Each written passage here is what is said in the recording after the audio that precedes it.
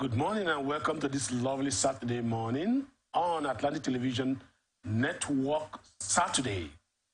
That is our live magazine programs, and I'm sure you're enjoying your day. I saw a lot of people this morning taking their walk, some running, and that is one way of enhancing our health. A healthy lifestyle is important for us, and I'm sure that everyone is keen into it. Eat well, eat right, think right, speak right, and do right. That is the slogan. And that's our watchword on this program. Yeah, Atn Saturday has 3 segments, and it's a magazine. And the first segment is entertainment, news, lifestyle, and odd news. The second segment will bring you business and economy. And lastly, we talk about governance and politics on this program. So today we have a lot to talk about. On lifestyle and entertainment, we have a lot of stories. Now let's look at some of the stories. Nollywood, Bolanle Nina Lowo announces split from wife. That's the first story. And let's look at the story. But before we start, Ikechukwu Obo is here in the studio. Ikechukwu, you're welcome. Thank you so much. Ikechukwu is an entertainment entrepreneur, and he's very regular on this show, and so he's an expert on entertainment and lifestyle, I would say, in all sense of responsibility. So in this segment, he's always there to give insights and analysis on some of the stories. And today we're looking at the lifestyle of what they call them, entertainment people who are in the entertainment industry. We're looking at their lifestyle and see how they can impact on our own society generally, and how they can add value. Now let's look at this story. Bolanle Nina Lowo announces split from wife in a long and emotion-filled Instagram post. The actor popularly known as Nino B acknowledged the end of his marriage, slating irreconcilable differences as the reason. He called this his current stage in life sad but necessary. The comment section was turned off in the post as he requested privacy at this time. His caption read, "My wife and I have decided to go our separate ways and headed for irreconcilable marriage dissolution. Please respect our privacy and pray for us during this process as we heal and move on with our independent lives while jointly taking care of what we love most, our children. God bless all." Now, these are some of the posts he put. But we're interested in the matters arising from this story. You can see ordinarily we would have done a feature on this, but it's not necessary. But let's look at what are the causative factors in marriage failure among celebrities. That is one issue. What about the issue of privacy issues? Role of society. Of course, he insinuated on privacy issues there when he talked about the fact that he wouldn't want any comment, right? And these are issues that are viral in the media space every day about celebrities, about important personalities, marriage breaking down, family life breaking down. And when family life breaks down, it impacts on society. Yes. And sometimes I ask those of you who are in the entertainment industry, when family lives fail, does it really affect your performance? Does it affect your relationship with the larger society? Is this the reason why many artists live lifestyle that cannot be emulated? Rather than becoming celebrities who ought to be role models, they become celebrities that are total disasters sometimes. Thank you very much. Yeah. You see, this is one news that is always affecting celebrities. Yeah. And that is why most of them don't like going into marriage relationship. See, it's not easy to celebrate. Entertainment is a marriage on its own. And then marriage itself is another family. Yes, because you have to give something. You have to give in for this and also give in for the other one. It is not an easy task, but for some that will go into marriage unprepared, and then after 2-3 years, they back out of the marriage, and you keep your children in a form that they will not be able to access parents, or when they access the father, they will not be able to access both parents at the same time. You see, over the years, so many celebrities. I remember Patrick Dorr, after how many years of marriage, the same announcement came up that they were no longer in that marriage relationship. So this is really affecting, and that is why most people will never go into marriage. Because now, assuming I'm supposed to be here early and something comes up in my home, maybe 1 or 2 tit-a-tat with my wife and all that, it will distract my presentation here, and it will make me come late. It will make me miss my show. Sometimes you want to do something at your will, you couldn't do it. Yeah, let's deeply, you're talking about the effect. Let's look deeply on causative factors. What do you think is responsible for breakdown in marriages among celebrities and totally in the society generally? Marriages are going down every day. New society is emerging, and people are calling it modernity. And we begin to wonder whether Western influences seem to be influencing society. Because if you look at our various families, for example, our traditional value has a lot of hold on marriages in our locus. You may call it primordial if you like, society. A lot of hold. And I remember when I was getting married, my father told me 3 things. And one of them is what I'm going to get emphasized here. He said, get married to somebody who is productive, reproductive, and has a reference. Okay. And that reference, to me, and from my interpretation, and from what I later got to mean, is that somebody who can be referred to a family root, a family value, source, and somebody who can look back and say, I would have done this thing badly if not for this family. Yes. If not for this, my brother, if not for my father, what would people think about me if I do this?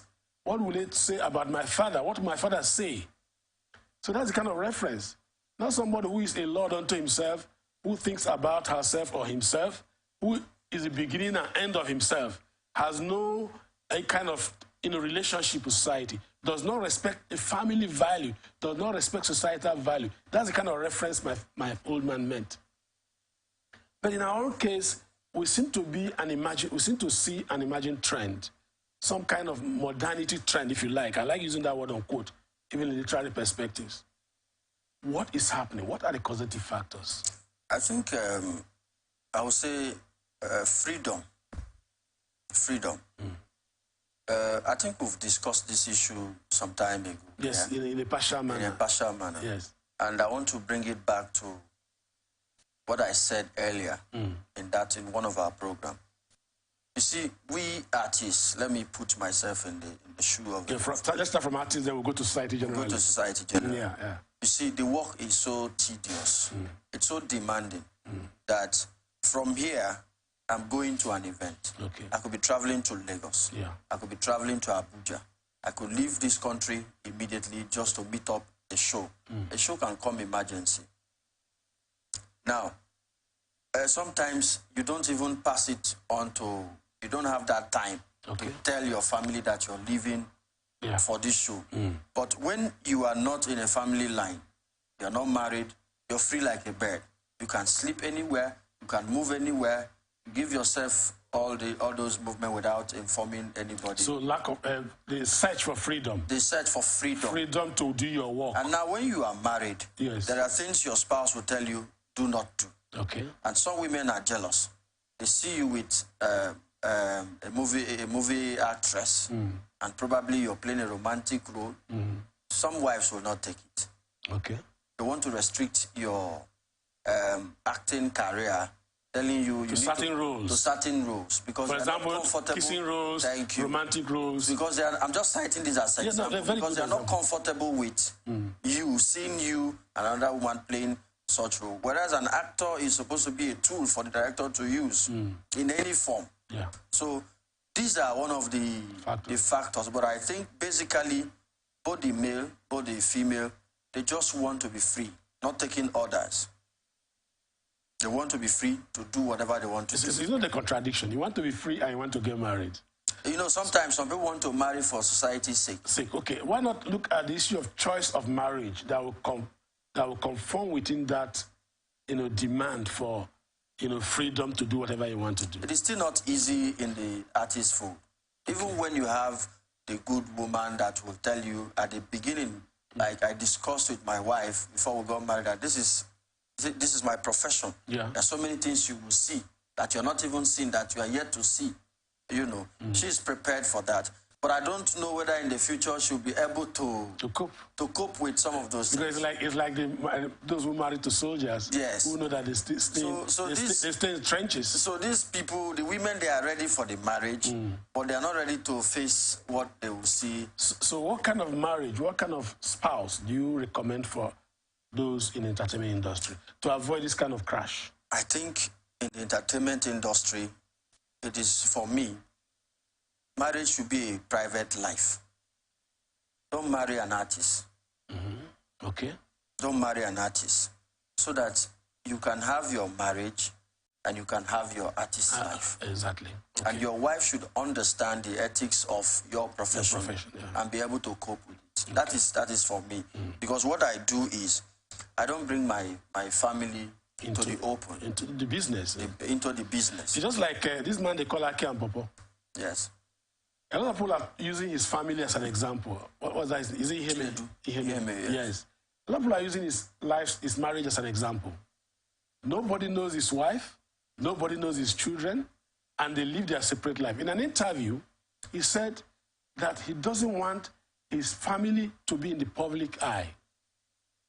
And he wants his family to be, so that people will not see his wife in the market, in the supermarket, or anywhere and say, this is Iheme's wife. Yes. The woman should live her life, an independent life. The children should live their life without the public prying into whatever they do. I think that's where we come to the second part of our discussion, the issue of privacy issues. Yes. Yeah, so go ahead. So the issue of privacy now, just like I was saying, you keep your family out of the business. Yes. Because the business itself is risky. Yeah. So you keep your family out of the business. And then it will now allow you freedom to follow the business how the business ought to be. But when your family is in the business, you'll be restricted in so many forms. There are things your family would not like you to do. Okay. But above all, it takes, what about understanding. What about in terms of, societal eyes, the society pride into what your family is doing, and because everything about the artist is usually in the public domain. We're discussing this in Nigerian context. Yes, yeah, and then overseas it is not like that. Yeah. The freedom and that licentious lifestyle, that libertarian lifestyle that you see outside the world is creeping in. That's why. So you cannot isolate that from what is happening in Nigeria. Now, the life of an artist is in the public domain. It's as we talk in politics. Now, the president has no private life because everything about him revolves around societal expectation, what people look up to. If he's healthy, if he's not well, people should know, and all that. And the same thing applies to the artist. But don't they deserve some level of privacy? Because everything about them is in the public space. And because you are a star. A star cannot be hidden. Okay. A star shines. So if Iheme is able to keep his family out of public eye, why can't others do? But finally, the world has come to know that he kept his family out. Exactly. So it's no longer private. It's no longer private. It's not totally private. Private, okay. So the thing is, as stars, wherever you go, you must be spotted out. Yeah. People must see you. That is why some artists, some stars, some pastors that are popular, they disguise themselves. Yeah. Whenever they want to go for certain public spaces, they disguise. Until you get to look very closely. That's when you discover who the person is. But I just think that family should be kept aside from the business of entertainment. Entertainment. Then when you have a family... The society at large? Yes. Okay. I'm talking in a Nigerian context, because overseas they'll see it. Okay. The feminists will see it as different from what I'm saying. Okay, yeah. Because here we value marriage. Marriage, yeah. And there's no reasonable Nigerian in the traditional concept that will encourage divorce in marriage. They will always want to tell you, endure, don't worry, be calm. Things will soon be over. Manage the situation. Yes.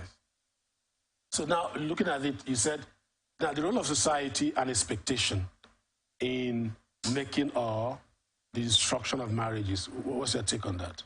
What? The role of society, general society expectations, the way people look at you as a married man, the way they influence your relationship. Can we talk about that? You know, the role of the society, when you're married, they see you as a responsible person. Okay. No one is praying for a marriage breakup. Okay. And no one wants to see your marriage breaking up. Okay. So what they expect to see from you is a responsible marriage lifestyle. Okay. But when you begin to deviate from it, that is when it will be now telling on your marriage relationship. Okay. They expect so much from you, especially when they know that you are married. Okay. So when you bring the issue of you have divorced your wife or you've separated from your wife, they begin to look at you from another angle. They look at you from one irresponsible angle without knowing whatever situation that led to it. So even when you come out to the open, the way you are valued is not the way the other person that is still in marriage is being valued, okay. based on a Nigerian context. No, so what role, what is their influence? How do they influence broken marriages? Do they play any role in making marriages break, the negative impact? Yes, of course, because they have role models. Okay. So how do they make, because a lot of people say that societal expectations and societal influences, family, friends, career, peer, groups and all that within the profession, sometimes have negative impact on marriages. How does this happen? Now, let me take, for instance, you are my close friend. Each time I come to your house, I see you beat your wife. I could emulate such lifestyle and see it as a good thing. The same way our children, when they see us do something, they just pick it up as if it is something good. Now, these people, they have role models. There are some who copy the good things they do. There are some who copy the bad things they do. They want to be like them, totally. So when your marriage is being affected, some will enjoy it, and they'll be looking forward to follow that your step. Some may not be okay with it. Is family involved? Yes. Because I know what happened to St. Obi. St. Obi had a serious marriage crisis, and there were speculations in the public space that his wife contributed to his demise, psychological or otherwise. And the family seemed to be drumming this narrative. Do you think that sometimes families also affect the breakup of marriages when they see that the marriage does not trend within the purview, within the angle of what the expectations? Family can. Actually, family can. But when you bring it to... But most families have. Of course. But when you bring it to the artistic... artist within that sector, the artist is an independent person. He doesn't listen to his parents? You can't listen to your parents, but... He doesn't listen to uncles and you can listen to them, sisters, but you take your decisions yourself. Because even before you go into it, there's something you are looking for. Even though some persons run into marriage because of the rosy things they see. Either the woman is the most influential, has affluence. These are some of the factors. Yes. They go into the marriage with some pictures, because the artist has a larger than life lifestyle.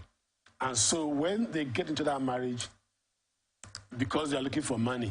It happened to Julius Agu. Yes, because they are looking for money, and then suddenly they don't see those rosy things. They begin to see the thorns in the roses. Then marriages begin to demand too much, and marriages break up. But that's much we can take on that story. Let's take the next story. Philip Kayode Moses, popularly known as Fels, has said he still sees himself as a church boy, despite indulgence in secular music. The finesse crooner who grew up singing and playing keyboard alongside other musical instruments in the church. Church led by his father, who is a pastor in Lagos, said he always knew he would switch from producer to artist. Yes, what are the matters arising from this? It's a reversal of role from being a church boy who should be a gospel singer to secular music. Then the issue of parents and career path, choice of career path. That's one issue. Another issue is who is the man first. Let's start with that before we go on break. Okay. He said he used to be a church boy, and he still sees himself. And his father is a leader in a church.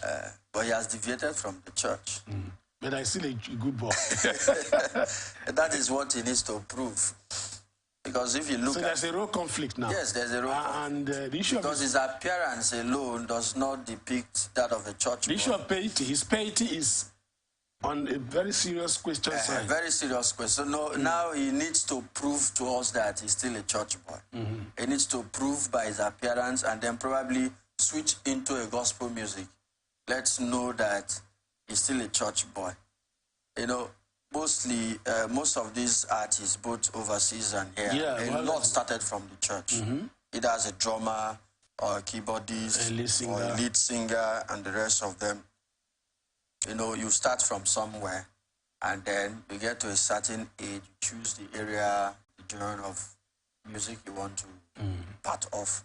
So if he says he's still a church boy, well, I have no doubt, but his appearance does not tell me that he's still a church boy. So for him to continue to be a church boy. What should be the influence of a father in terms of choice of career, especially in the music industry? Fela was a musician. His children are in music. A lot of people who are in music seem to influence their children becoming musicians. Even in our ordinary world, you're a media professional, you want your son to be a media professional. Even if he doesn't want to be, you still insist he gets something. For example, I wanted some of my children to take to my path. Even when my first son read accountancy, I insisted he should do something about the media. And he has a professional, a postgraduate qualification in public relations and advertising, still within the realm of the media industry. And so it's a common trend. So what should be the influence of a parent in the career path of a child? In this case, for example, you know, is it possible for his father, for example, to have insisted that he remain a church boy singing church songs? Most Nigerian parents will not want their children to go into music or acting. Okay. Because they don't see it as professional as it is. The kind of music? What kind of music? Any music. As an artist. Why is it that his father would have preferred him going to... Some parents. I mean, his father would have preferred him going into gospel music? Not even, I don't know of his background, but... I mean, would have preferred being a church leader. But if you ask me, I don't think, anyway, I've not seen such a story, but what I know is some parents do not even, no matter how good you are in music and in drama and acting, some parents do not want their children to go into such profession because they don't see it as a professional course or as a profession. As a career. As a career. They see it as it's for... pastime or for rascals. For rascals.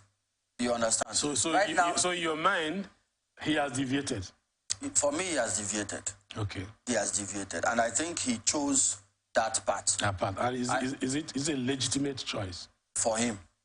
For him and from societal expectation. You know, when the parents... And from societal expectation. From societal expectation. Is it legitimate? When your parents will begin to, support you in it, it is when you have started making money from it. Okay. When they see something. So it's about pecuniary benefit. Yes. I'm just telling you the truth about acting, except for some parents that will deliberately, especially when they are in that field. Exactly. They deliberately want somebody to remain in that field. But when you come to acting, some of us, we did it out of the passion we have for it. And then we went to school to follow it up. And then out of it, we're making something out of our career. Yes. Yes, so generally... Because most parents want their children to be lawyers, doctors, and the rest of them. Even now, I see some parents taking their children to go and do apprenticeship in Yahoo. What's the meaning of that? I don't understand. Please teach my son how to do Yahoo. What is this Yahoo all about? I think that Yahoo has moved from an innocent thing to a very criminal thing, because ordinarily... no, you say from a criminal thing no, to... No. It's becoming a profession now. No, what I'm saying, I'm looking at it from the first angle is, you send a child to go and get computer knowledge, right? Okay. And, of course, the local balance about computer issues is Yahoo. Because yahoo.com. And so the child goes into learning to be ICT compliant. And then from there gets into online trading. Yes. Bitcoin and all that. And the child becomes a professional in that area or become adept in that area. Then suddenly some people got into that area and deviated and went into cybercrime. Cybercrime, yeah. So Yahoo now got a bad name. And from that cybercrime perspective, it now got some to more murderous perspective where it has become a ritualistic trend. I had a story recently, we carried it on our bulletin here, of some group of boys who are called Yahoo. I call them ritualists. Took a little baby to the waterside. That happened at Boshim, to bury. So you see, a lot of things are moving. You're calling a dog a bad name in order to hang it. And those who voluntarily do that, you know, seem to have ruined everything that you have to do with the computer. Of course. And that was why at a time when the police see somebody with a computer, a laptop, and maybe you are wearing a dreadlock, they apprehend you. They search you. They search your phone and all that. And that is a very negative trend, a trend that has, you know, removed the positive values that we add to tech. You know, so that's to address the issue of Yahoo. But we're still talking about the fact that parents sometimes choose a career path for their children. Yes. And such career path is dictated by the expected pecuniary benefit. That's your position. Yes, yes. You still stand on that? Yes. Okay. So we should go on a short break. When we come back, we will look at, as a water break, we'll look at more stories coming from the entertainment segment. Don't go away.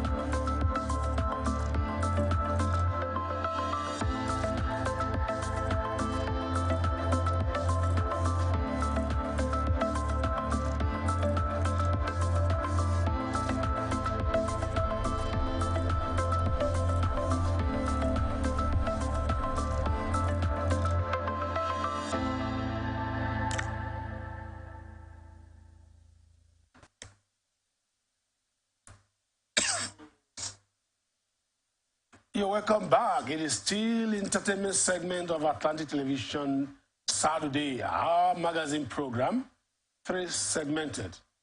A young man in Kenya has been pretending to be Ruga, a Nigerian singer, and goes around shows performing his songs. The Kenyan man, who also wears an eye patch with his hair dyed pink, has an entire team backing him up at shows. Nigerian singer Ruga will be shocked to know that another person in Kenya uses his image and songs to make money and gather fans. It's a very serious matter. Now, look at the matters arising from here. Also, privacy issues, the issue of intellectual boundaries and intellectual property rights are involved in this matter. Not different from Ruga, is it? Look at the picture there. Is it different? No. Not quite different. He has an eye patch. Ruga has an eye patch. Right? Tint the hair. The hair is pink and all that. So, what are the implications? In Nigeria here, it will not be, it can't work, but for somebody in another country impersonating a Nigerian musician, how's it been within your industry? I'm sure it's raising a lot of dust, and it's one of the highest talking points in the entertainment industry in Nigeria today. Yes. Depends on the method of impersonating somebody. Because even on our stage, artists do sing songs of other artists. Okay. That's copyright now. And even live band, you see them singing old school songs. Entertain people. Okay. For him, I don't think there's any legal implication because he's only performing. He's not recording. He's performing. He has not recorded the songs of that particular person. And I think he's only performing to be like that person. That person. And he's having fans, and they are moving. And they are moving. Okay. And he has his name. Oh, he has his name. He's not bearing that name. He's not bearing that same name. Okay. So, except some of artists, we don't go through the copyright. Except you are under a label or you want to follow the normal procedure. So it's only when you are recording that you are bound by copyright laws. Yes. But if you are merely aping and emulating, trying to look like somebody, it is not. I'll get it with Barrister Adams when he comes to this show. It's an issue. Trying to look like, I think you can mimic somebody. Okay. And sing. You want to sing Don Jazzy's song, you can dress like Don Jazzy. Don Jazzy, okay. Just be like Don Jazzy, and then you perform. Okay. Like me, sometimes when I climb stage, some people see me as Two-Face. Okay. They say I look more like him. And then in this case, he had an eye patch, like I come on stage and start singing and then here, Two-Faces music. But when you take it outside to tell the people that you are the Two-Face, that's another. That's when the problem. That's another. When it's impersonation. That's from my own perspective. Okay, yeah, I think you're right. People emulate Michael Jackson or mimic him. Thank you. And they just like Michael Jackson sing his song, but they don't record those songs with their name as Michael Jackson. Okay, that's the legal implication. Now, what in the positive angle? Can we look at how Nigerian music has influenced the international community? How it's going, making positive impacts abroad, such that people want to be like Fela, people want to be like Ruga, people want to be like, So what is the positive narrative? Nigerian music has really gone global. Yeah. It has. It is even going further than the way we are seeing it. It has made a lot of impact in other countries. Now they see our artists as their idol. Yeah. Because we're recording very well. We're bringing our culture into the music. Okay. We're no longer gone are the days when we are rapping like the US artists. It's all rap. We want to be like Jay-Z. Is it why rap music is dying in Nigeria? Rap music is still on, but in another dimension. Okay. Rap, Afro, they mix Nigeria, they do everything. Some kind of collage. They join both the cultural. Sometimes I cannot even tell a particular song which genre of the song it is because it's culture mix. Hence, it will flow with the beat. They just add everything. That's what you call culture mix. Okay. So, and if you watch some of these music, you see the display of masquerade. Okay. In a song. Yeah, in a song. But that's and not blowing of flutes and all that. And so these people enjoy those vibes because we are inculcating our culture into it, the Yoruba culture, the Igbo culture, the Efik, and the rest of them. So when they see it outside, it attracts them. It attracts Just them. like the way we see the Caribbeans, when we see their carnivals, you know, colorful stuff. Those are the kind of things we brought into our country, where you see Calabar, Carnival, the Canary before. The Canary and all that. So that is it. So it's positive, eh? Yes.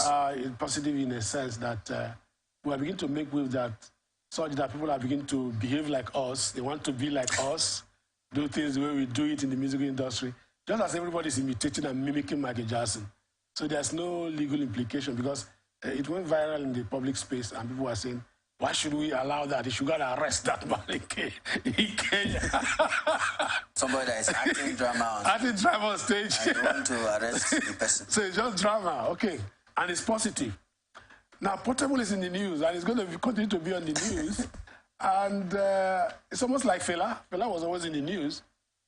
Portable has told his version of what happened with his second baby mama, Honey Berry, after she called him out online. The singer justifies his not sending his child money for food, saying Honey Berry uses it to slay, adding that he kicked the baby mama out of his life because she was promiscuous and tried to become his wife's advisor. Nigerian singer Portable and his second baby mama, Honey Berry, has sparked reactions on social media following this development. Honey Berry made claims about the singer on social media, and Portable jumped on a live video to narrate his side of the situation. Really, Honey Baby, you can see you artists have a taste for beautiful girls. You see her there. They come after the artist. They come after the artist. Not the artist coming after. No. Because of their money? Of course. Fame. Fame. They come after the artist. What again? Money and fame. Money and fame. Yes. Now, Portable is always on the news. Sometimes for the negative. Most times for the negative. For the negative. All the times for the negative. All times. Yes. Even when, I think, is it drug? Is it NDLA that used it? NDLA used it for... That one also generated a lot of reaction. Exactly. And so... And we're going to, in the second segment, I will take on Barrister Adams on Portable at NBA. Okay. He's always there making news. But this time we're looking at a man whom a lot of people see as not good enough to be a role model. Getting involved in some stories. Now marriage is breaking down. He's married. This is not marriage. He's not married, baby mama. Baby mama. And his wife knows about the marriage. In Nigeria, I started hearing baby mama. Baby mama. No, I think it happens abroad. It's an American thing, and we copied it very wrongly. Now, look at it. He said he's kicking her out because he's using his baby to slay. The money that he will give her for the upkeep of the baby to slay. And then he's becoming his wife's advisor. Two things, which means the woman is also meddling in his marriage. Can you look at the entire scenario? Is it not messy? Number one. Yeah. He's not married to her. She has a life to live. Yeah. She only, I think that one is based on contract. Give me a child. I'll be taking care of the child. Or I'm pregnant for you. Give more insight on this baby mama thing. Sometimes they take the artist unaware.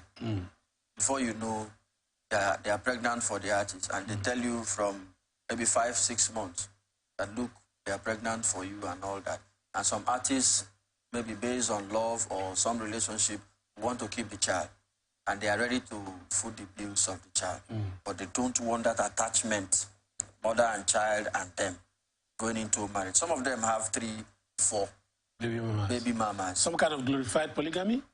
I think that's the right word, glorified polygamy. But it's not polygamy because they're not married. They are not married. For Portable, if you ask me, she has a life to live. His job is to send her money. If she wants to slay, let her slay. So if you don't want her to slay, then marry her. What about her getting a medal, being meddlesome in his marriage?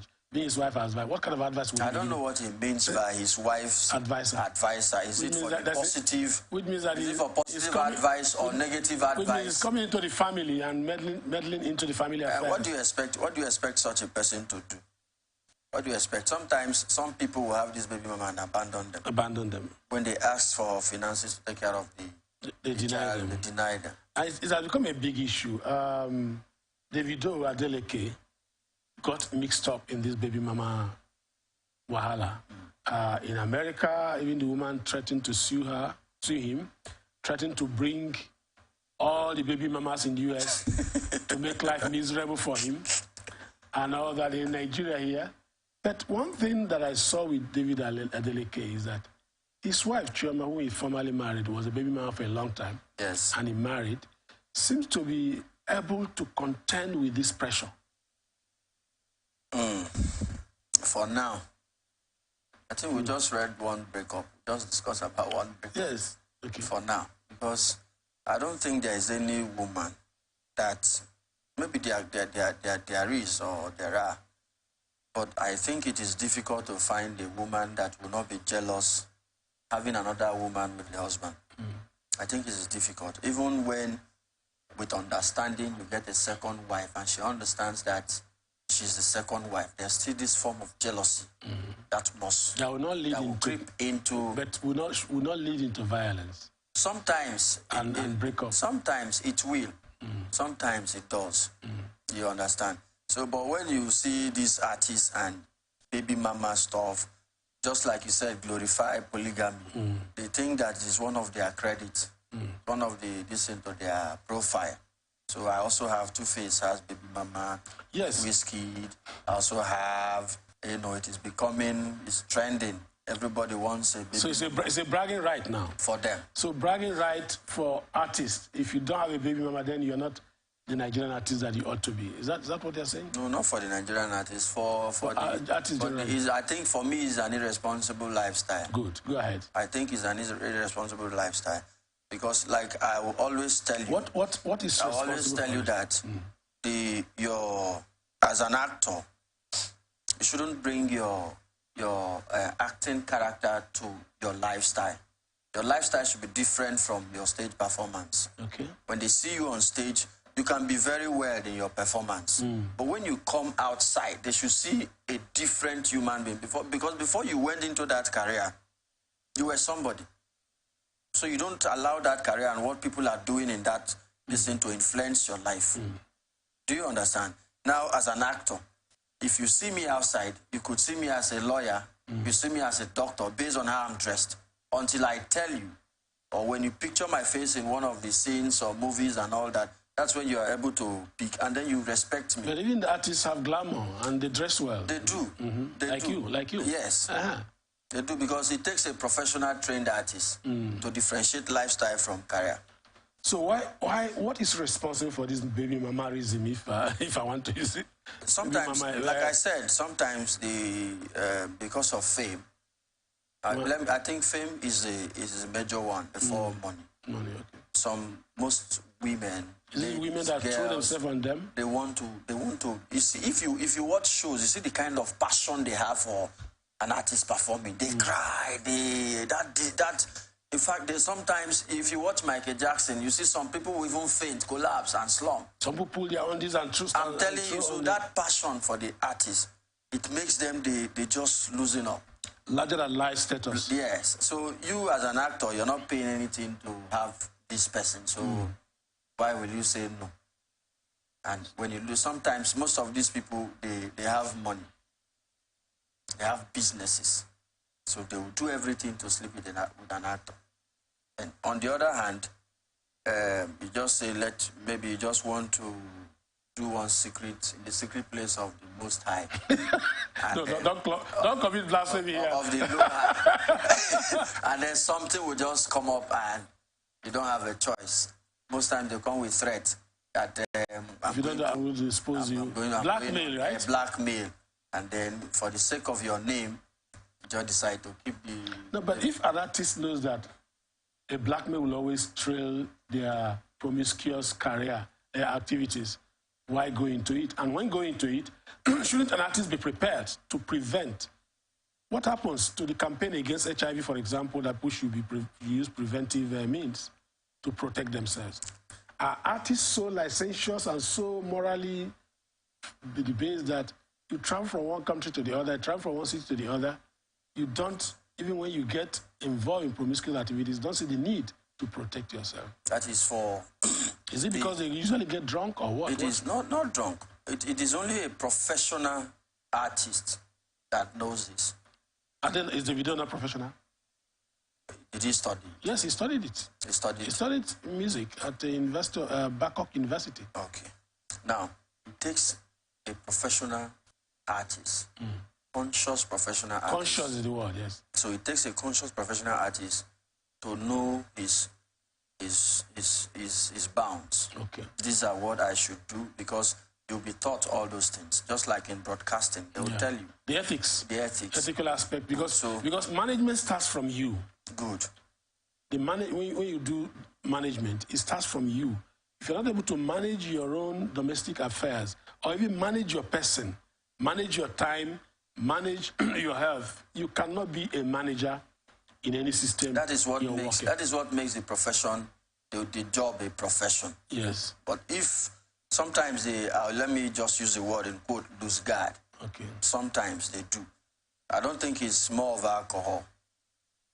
And drug, maybe alcohol and drug is also a factor. If sometimes these people don't throw themselves on them, such a thing wouldn't have occurred. An artist usually very conscious. I think that because they dodge themselves with this opiate each time, and they seem to lose control of the normal behavioral patterns, and they go into deviant behavior, generally. Just like I said, an artist should be conscious, because the stage and the real life, they are not the same thing. So because they are not conscious, that's why we're having this? I think so. I think so. But professionally, an artist should be conscious, because your name is at stake. Just little thing can bring your name to the mud. And before you begin to erase all those negatives about your name, it will be late. By then you begin to lose your fans. Exactly. And once you lose your fan base, you are dying off. Exactly. But sometimes their fan base increase when they have too many baby mama. No, it's because they are consistent in the job. Okay. And they are still doing things that people want to see and want to hear. Okay. So they're not dragged down the... Good. But when you have 2, 3 baby mama and you are not even coming up, you don't have a new music, you have just one song for 3 years. And all you are producing are children and... you are just producing children and buying baby milk. Baby milk. For children. So all the stage activities seem to dominate what you do on stage. And in terms of record labels and all that. But if you are consistent in your job and you're still doing well, your baby mama will hype you the more. Will hype you the more? Yes. So they go more into it.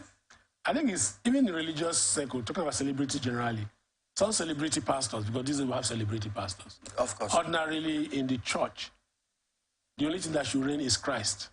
That's why in the Orthodox Church, we don't put billboards with the face of pastors and priests. But in other churches, you see face of pastors and priests, so they become celebrity pastors. And most of them fall by the wayside because of this baby mama stuff. They have baby mamas. They are humans. They're humans. They are humans. So it is inability to control yourself. You know, when...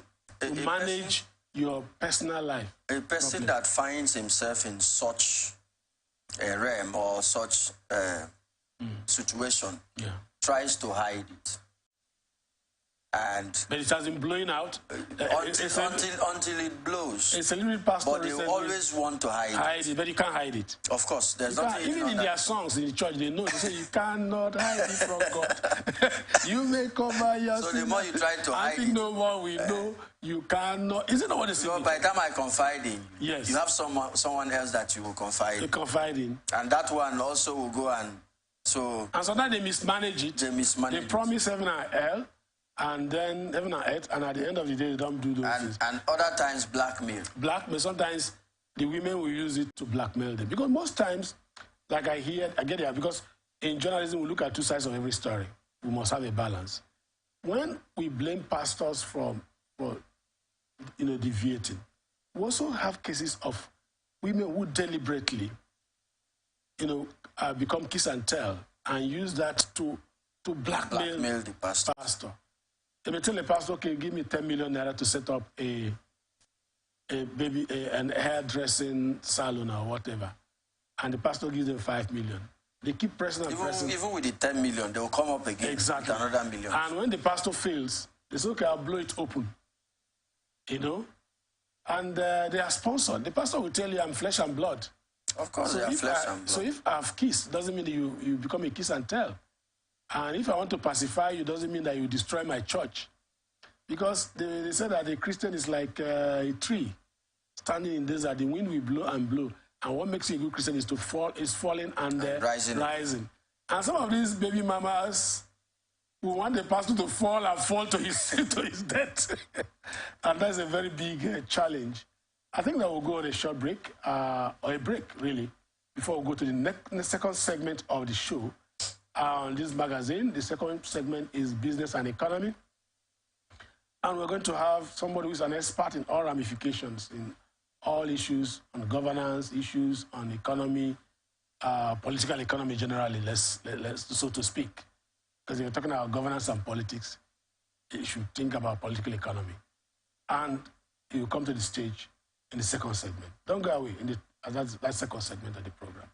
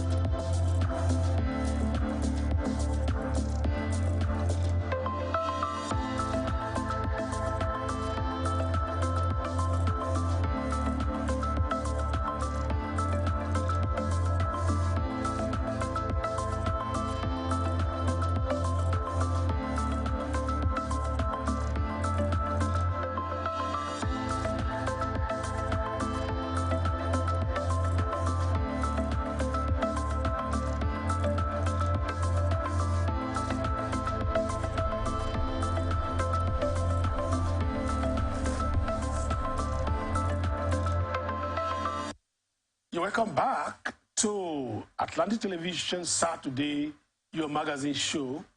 And this time we are at a point where we'll be looking at the political economy, we'll look at governance, economy and business. And I have here in the studio my very great personality here. Yes, good morning. Good morning. Good morning to you. He's a lawyer. He's just coming out from MBA. No, I did not attend. And there's a story. I said I was going to hold him on. Yes. Portable was there, and you can see that it's still there on Entertainment Story. All right. Entertainment seems to have dovetailed into what we are doing. Yes. And I promised that Barrister Adams was going to look at that issue. Absolutely. And what was Portable doing at MBA? Good morning, Nigerians, first of all. Yes. To all those watching us. I was not at the conference this year. Yes, I got details from reliable sources. Now, normally what happens in the annual general conference of MBA is I personally divided it into two sections. Yeah. You have those serious people section, and you have those who come and attend that conference for fun. Most of the conferences I have attended, I don't go there to go and listen to speakers because most of their papers or 10 papers or whatever, for me, are just paperwork. And once that is the conference ends, that is the end of it. They don't follow those policies and resolutions reached at that particular conference. So most of us, for those, the section I belong to, is that we normally go there to go and see our old friends. Because you might leave the law school and or even university for 30, 40 years, you have not seen your friends. Your very good friend. Yes. You communicate. Some of them come from Europe, Americas, etc. You communicate on phone, but you have not seen physically. Yeah. So there's that anticipation that, let me go to Abuja, this conference here. Let me go and see if I can. And the economic aspect of this conference. That's right. That's how Portable comes. That's right. There's a business aspect and economy aspect. Absolutely. So as an event. Yes. And you normally outsource the event. Absolutely. Okay. That was what happened in this case because even quite recently, I think about a day ago or thereabout, the publicity secretary of NBA came out openly and, informed the world why, Mr. Portable or the musician Portable was invited. Yes. You understand? He created a lot of row. I don't know why it has to be like that. Because I mean, you see, there are people. You see, in Nigeria here, negative news sell more than positive news. Now, if you hear that, one celebrity is dead, everybody wants to kill and find out what killed him, what is the reason why he died, it is as the case may be. But when you hear he has achieved some successes, some will lampoon him and do not want to share in that glorious success that he has achieved. That business of outsourcing and then attracted Portable. Absolutely. So, and people condemned it. People so how did he come? What's the business angle? What happened was this, because MBA has to outsource. They do a lot of things there, to, at least because you have sponsors. I'm not in the media space, but I know that if you are doing an event of that nature, you have sponsors. Those who will sponsor and, pay you some money for you to, make that, kind of conference very thick. So this particular area, a particular brand came in. Okay. Well-known brand, which is the Cubana Group. The Cubana Group, as they call them, they came in and they were to bring in, somebody to perform, at, the conference, where we have the friendly side. Not the main conference where you have speakers, etc. On the other side of it, what I call the blind side of it. So they brought him to come and perform. That was how the public secretary of MBA informed us the reason why Portable came. And Portable, according to him, was that Portable was already a brand, promoter or ambassador for their alcoholic, drink. You understand? Yeah. That Portable was a brand sponsor for the Cubana Group. For the Cubana Group. Okay. So when Cubana was to bring in entertainers, for the conference, ordinarily they will not go outside their brand, group. Okay. So they chose Portable and brought Portable to the NBA conference. Well, thank you very much. That's the business angle of that Portable presence. Absolutely, at NBA. Well, you're welcome to the business segment, and I have Simi Adam here in the studio, and thank you very much. Yes, thank you. And I'm sure business and economy is also going to be there at governance and policy because they're all interwoven. Let's look at some of the stories. The National Commissioner of the Nigerian Data Protection Commission, Dr. Vincent Olatunji, has disclosed that the Commission has formed a joint committee with the Central Bank of Nigeria to review the regulation mandating financial institutions to obtain social media handles, among other data of customers. He disclosed this in a 2-day sensitization workshop on data privacy and protection in Abuja. Earlier in June this year, the CBN mandated financial institutions to obtain the social media handles, email addresses, telephone numbers, residential addresses, and more of their customers. This formed part of its new customer due diligence regulation and is in a bid to further deepen the identification process in the banking system. The Apex Bank disclosed this in its Central Bank of Nigeria Customer Due Diligence Regulations Act 2023 document. However, the NDPC had kicked against the regulation, describing it as unnecessary. Is it unnecessary, sir? You're talking about the implication for privacy issues and all that, due diligence. A lot of people, when this issue came up yesterday in the evening, I had to ask questions. Customers are giving too many information to banks. And some of these informations have been manipulated and fall into the hands of criminals who defraud customers. Now, forcing customers to divulge more information about themselves. What are the implications, sir? Well, the first, reaction to this is that I want to find out exactly what they want to do with, social media addresses, etc., as a case may be. Because I think we have been overburdened with this use of taking of information, private information from us, as the case may be. That negates, Chapter 4 of the 1999 Constitution. If you go, to that particular, rule of privacy, etc., as the case may be, you can't break into that just like that without giving cogent reason and without my consent, as the case may be. Consent must not be extracted. Consent is to be given. But in this situation now, what now happens in the Nigerian government is that they always want to extract consent by coercion, from you, whereas it ought to be voluntary. You understand? That is my own take, because privacy is key in all these things. Now, if you look at what is going on right now, I have asked this question, severally and copiously. Nobody has answered. What am I trying to say? Why should we, after we have given our BVN, with the BVN number, you can track my account, you can do anything you want to do with my account, even take money out of my account with the BVN number that you have. The central bank can use that because the BVN number gives them that flexibility. They can even use that BVN number to, strap my account or place, a no debit on my account, with that BVN number. So when you have that, I have NIN.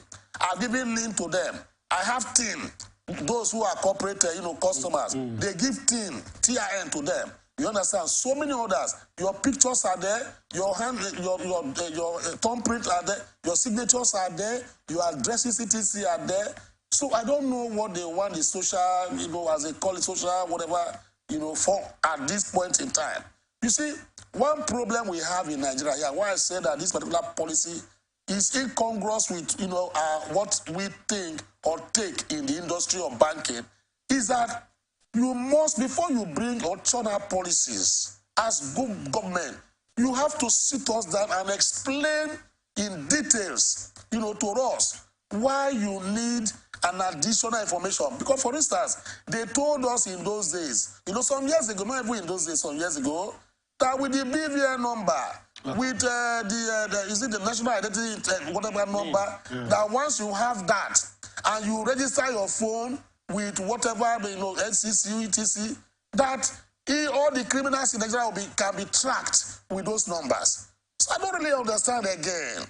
Is this how they do it? The database that we have in Nigeria is not working. That is, I believe, that is why they are looking for this again. Because we don't have a holistic data that we have supplied to them. You see, I even am at variance, for instance, that even with the information given to you, the law says that you, the CBN and the Commission, must protect the identities that we volunteered and give to you in your data bank. Now, if that is that particular mandate that is on your shoulders, and you have not discharged it yet, people still hack into various accounts and siphon customers' money. Exactly. So where lies that can be a confidence for me now to now release more information to you if I sit back in my house and I begin to receive alert? See, finally on this particular, my thought is this: the CBN should look at some other critical issues that has to do with banking. For instance, I want to say with due respect, a man goes to a supermarket to go and buy goods worth about 15,000 naira. He slots his card inside the ATM, whatever they call POS card. He's debited. He does not go home with his goods. Now they say that you have to go to your bank. You know, is that stealing? Is that daylight robbery? And maybe the young man, the man has 20,000 in his account. And on a weekend, he goes to a supermarket to purchase some goods, 15,000 naira. He slots his card, and they said it has a decline, as they use the word. Contact your bank. They should work on that. The man goes home, hungry with his family because he does not have any other place to go and source for money. CBN should be able to, give penalties to banks who decline unnecessarily, cash of customers. How do you take care of that? That is number one.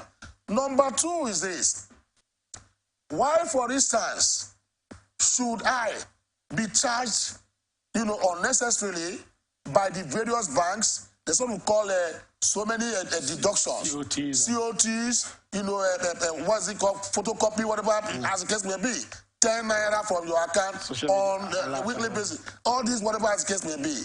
They should look at those, regulate that particular side as the case may be. That's what I'm looking at. I think that generally you're right, because what we are seeing here is that the CBN seems to be measuring the minor. A lot of issues are there for reform. A lot of issues. We'll get to some of those issues in course of this program. But let's look at this next story. The Lagos Chamber of Commerce and Industry has said that the removal of fee subsidy and unification of exchange rates in the country negatively impacted the growth of business in the first half of the year. The president of the LCCI, Michael Olawale Cole, represented by his deputy, Gabriel Idahosa, stated this during the half-year economic review organized by the Chamber in Lagos. According to Olawale Cole, the Nigerian economy in the first half of 2023 was quite challenging due to a multiplicity of factors. He said, business conditions and operating environment in the first half of the year were largely due to rising interest rates, inflationary pressures, foreign exchange volatility, and the liberalization of the downstream sector of the oil and gas industry. Economic stakeholders at the event said that the federal government's recent economic reforms premised on removing fuel subsidy and floating the naira, that's my interest, to unify foreign exchange rates. We are hurting Nigerians. Yes. In his keynote presentation, the executive officer of the Economic Association, Dr. Ayo Teriba, said the new administration did not disclose the economic situation it inherited from the previous administration. He also faulted the government for not embarking on widespread consultation before removing fuel subsidy. Matters arising on this matter includes reaction of the above observation on the effect of floating the naira and the abolition of the parallel market. That's a major issue. And for that, ATN camera went to capture scenes that point to the fact that nothing has changed with respect to the black market business in the cities. In the reform agenda in this direction is still a mirage. Let's see some pictures and see what is going on from the MCR. And when we come back from that picture parade, we'll look at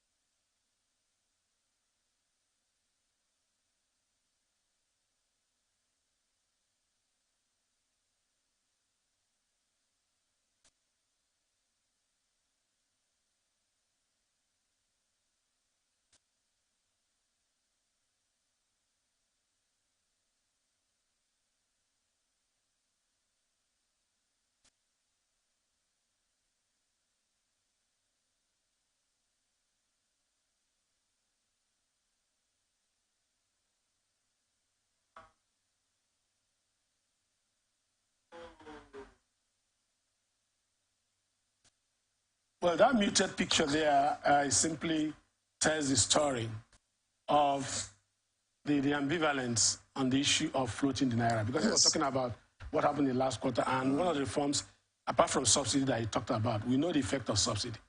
But the issue of floating the naira and abolishing the black market, he said it has also affected the economy. But did it work? From the picture there, the para market was still there, the black market was still there. So how did it affect the economy? You see, just like the word black market in Nigeria, the black market has become like the black sheep in the Nigerian family. What am I trying to say is that it has become so stubborn, like the proverbial devil, that if you look at all religious groups in the world have been fighting against a particular demonic institution called the devil. And I don't think they have been able to overpower him in some instances. So that is how the black market is right now in Nigeria. Now, when they talk about unification against, the parallel, market as the case may be. Now, the parallel market, even though it was operating on the official rate and the other side of it, the black market area as the case may be, the economy was going very well, even though it was hemorrhaging.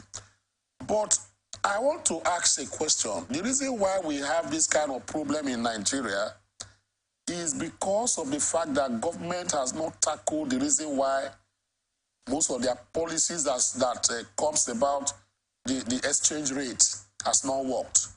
The reason is because it's not far-fetched. Because Nigeria right now, the dollar currency is like our legal tender. It's like our legal tender. We don't print dollars, we don't print pounds. But I want to say that I've been to some hotels in Nigeria here where you go there, they say if you have dollars to pay per room for their rates, they are ready to collect from you. Now, when they dollarize this, you put pressure on that particular currency. Then it becomes, uncontrollable. Let me use that word now. People who want their kids to go to school, medical vacation, those who want to go abroad to go and do whatever, as the case may be, those who want to go for shopping, Nigerians are very good at doing that, especially the politicians and some other wealthy ones. They'll go and parade and say, I am going to Paris this weekend, this week to go and shop. And when they are going there to shop, they are shopping for dollars alongside. That has put, pressure on that particular exchange, market system. That is the reason why anything that the government introduced to control it has never worked. Whether unitary market or parallel market, as the case may be. So I don't have any grudge against the government on this. You see, if you do something by trial and error, and you have tried it, you find it's not working, what are you supposed to do? It is not a forbidden thing that you withdraw and commence another method or even revert to the old, this that you made, the platter or template that you met it for, to alleviate this suffering so that we do not have this kind of, very state, I would like to put it, a very strong or stringent, template on that forex arrangement. So it's a cog in the wheel of our economic progress, as the case may be. So it has not worked. The unitary, whatever, or unified system of exchange has not worked in Nigeria. It's been tried for about 2 months or thereabout. It has created more problems because the black market, which we thought was going to be eliminated, has not been eliminated. Rather, it is thriving in geometric proportion. Therefore, what will the government now do?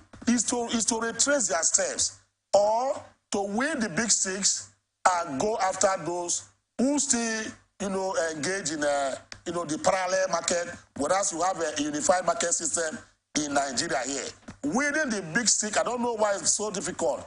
Because even under the EFCC Act and other laws that we have in Nigeria, when you trade in currency outside of the government, regulatory, it's an offense on itself.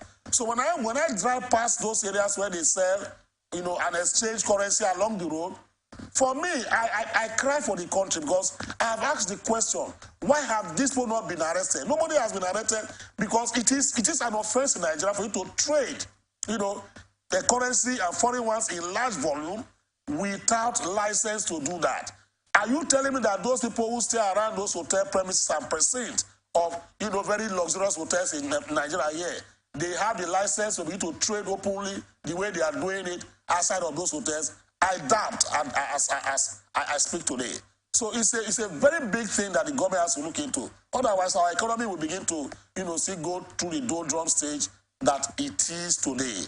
That is my own take on this particular issue. The government should either, dissolve that unified currency, whatever, revert to the parallel, whatever they call it, or create another system and see if that system will work. Otherwise, this one is not working at all. I think that what is affecting the economy more appears to be this removal of subsidy, not the forex reform agenda, because the forex agenda has not started working. The government said we'll float the naira, we'll abolish the parallel market. That has not changed. So it appears that there's confusion. The Lagos Chamber of Commerce should look more into what is going on and actually identify where the problem is coming from. Because definitely, the most pressing issue is the subsidy removal. We have not found a solution to it. But the removal of forex and the forex reform itself has not been properly reformed, and nothing has come out of what the president called floating of the naira. Then the government of the day. You see, let me say, if you go to the Constitution, you see, there's a particular phrase I commonly use. When the Constitution provides, I say in Section 16, read the whole of Section 16 of the 1999 Constitution. The president and his economic team should go and read it. If you go to the whole of that particular, Section 16, that is Chapter 2 of 1999 Constitution, it says that the president, the governors, the local government chairman, anybody in authority or power, political power in Nigeria today, has to almost tinker with the economy, using his best expertise to tinker with the economy and create a robust economic regime in Nigeria for the happiness of all Nigerians. Okay. So if we are not happy with the tinkering of the economy that these people have put in place, it means that you have to rejig it until we become happy. So if any government has gone out of this particular, section of the Constitution, it's an impeachable offense. Economy of Nigeria was mismanaged for close to 8 years in the last administration, according to experts who said that the Nigerian economy was not well managed. That is the reason why we have this suffering and austerity measures by government. Now, if that is the situation as given by the expert, that those in power did not manage it very well, what is the National Assembly doing? To create and take out a man that could not manage the economy, because it's a constitutional matter. If you breach any section of the Constitution, it becomes an offense, a gross, offense that the National Assembly should look at.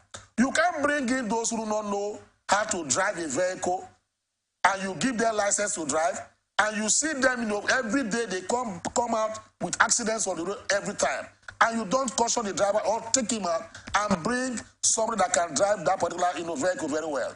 That's the situation. That is my own take on this, and I'm going to stand by it till even after this today. Okay.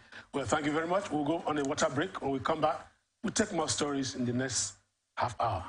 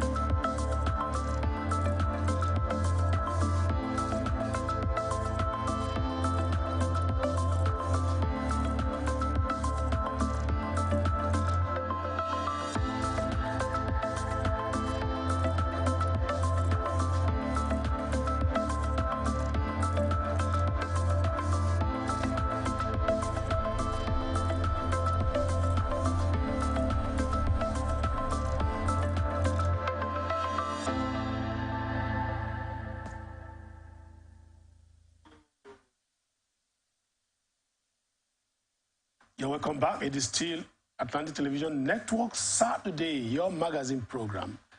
Well, we're still looking at some issues that make sense, trended in business and economy in the last.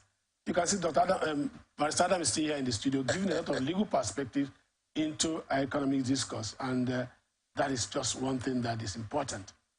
The Nigerian Labour Congress has said it will commence a 2-day warning strike on Tuesday, September 5, 2023, over what he described as a failure of government to adequately cushion the effects of the removal of subsidy on premium motor spirits, popularly known as petrol.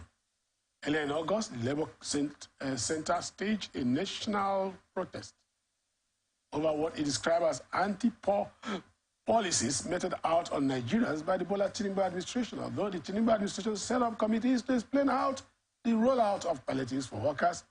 The Labour Centre noted that the committee had yet to come up with the plans. The national body is scheduled to issue a warning strike on Tuesday.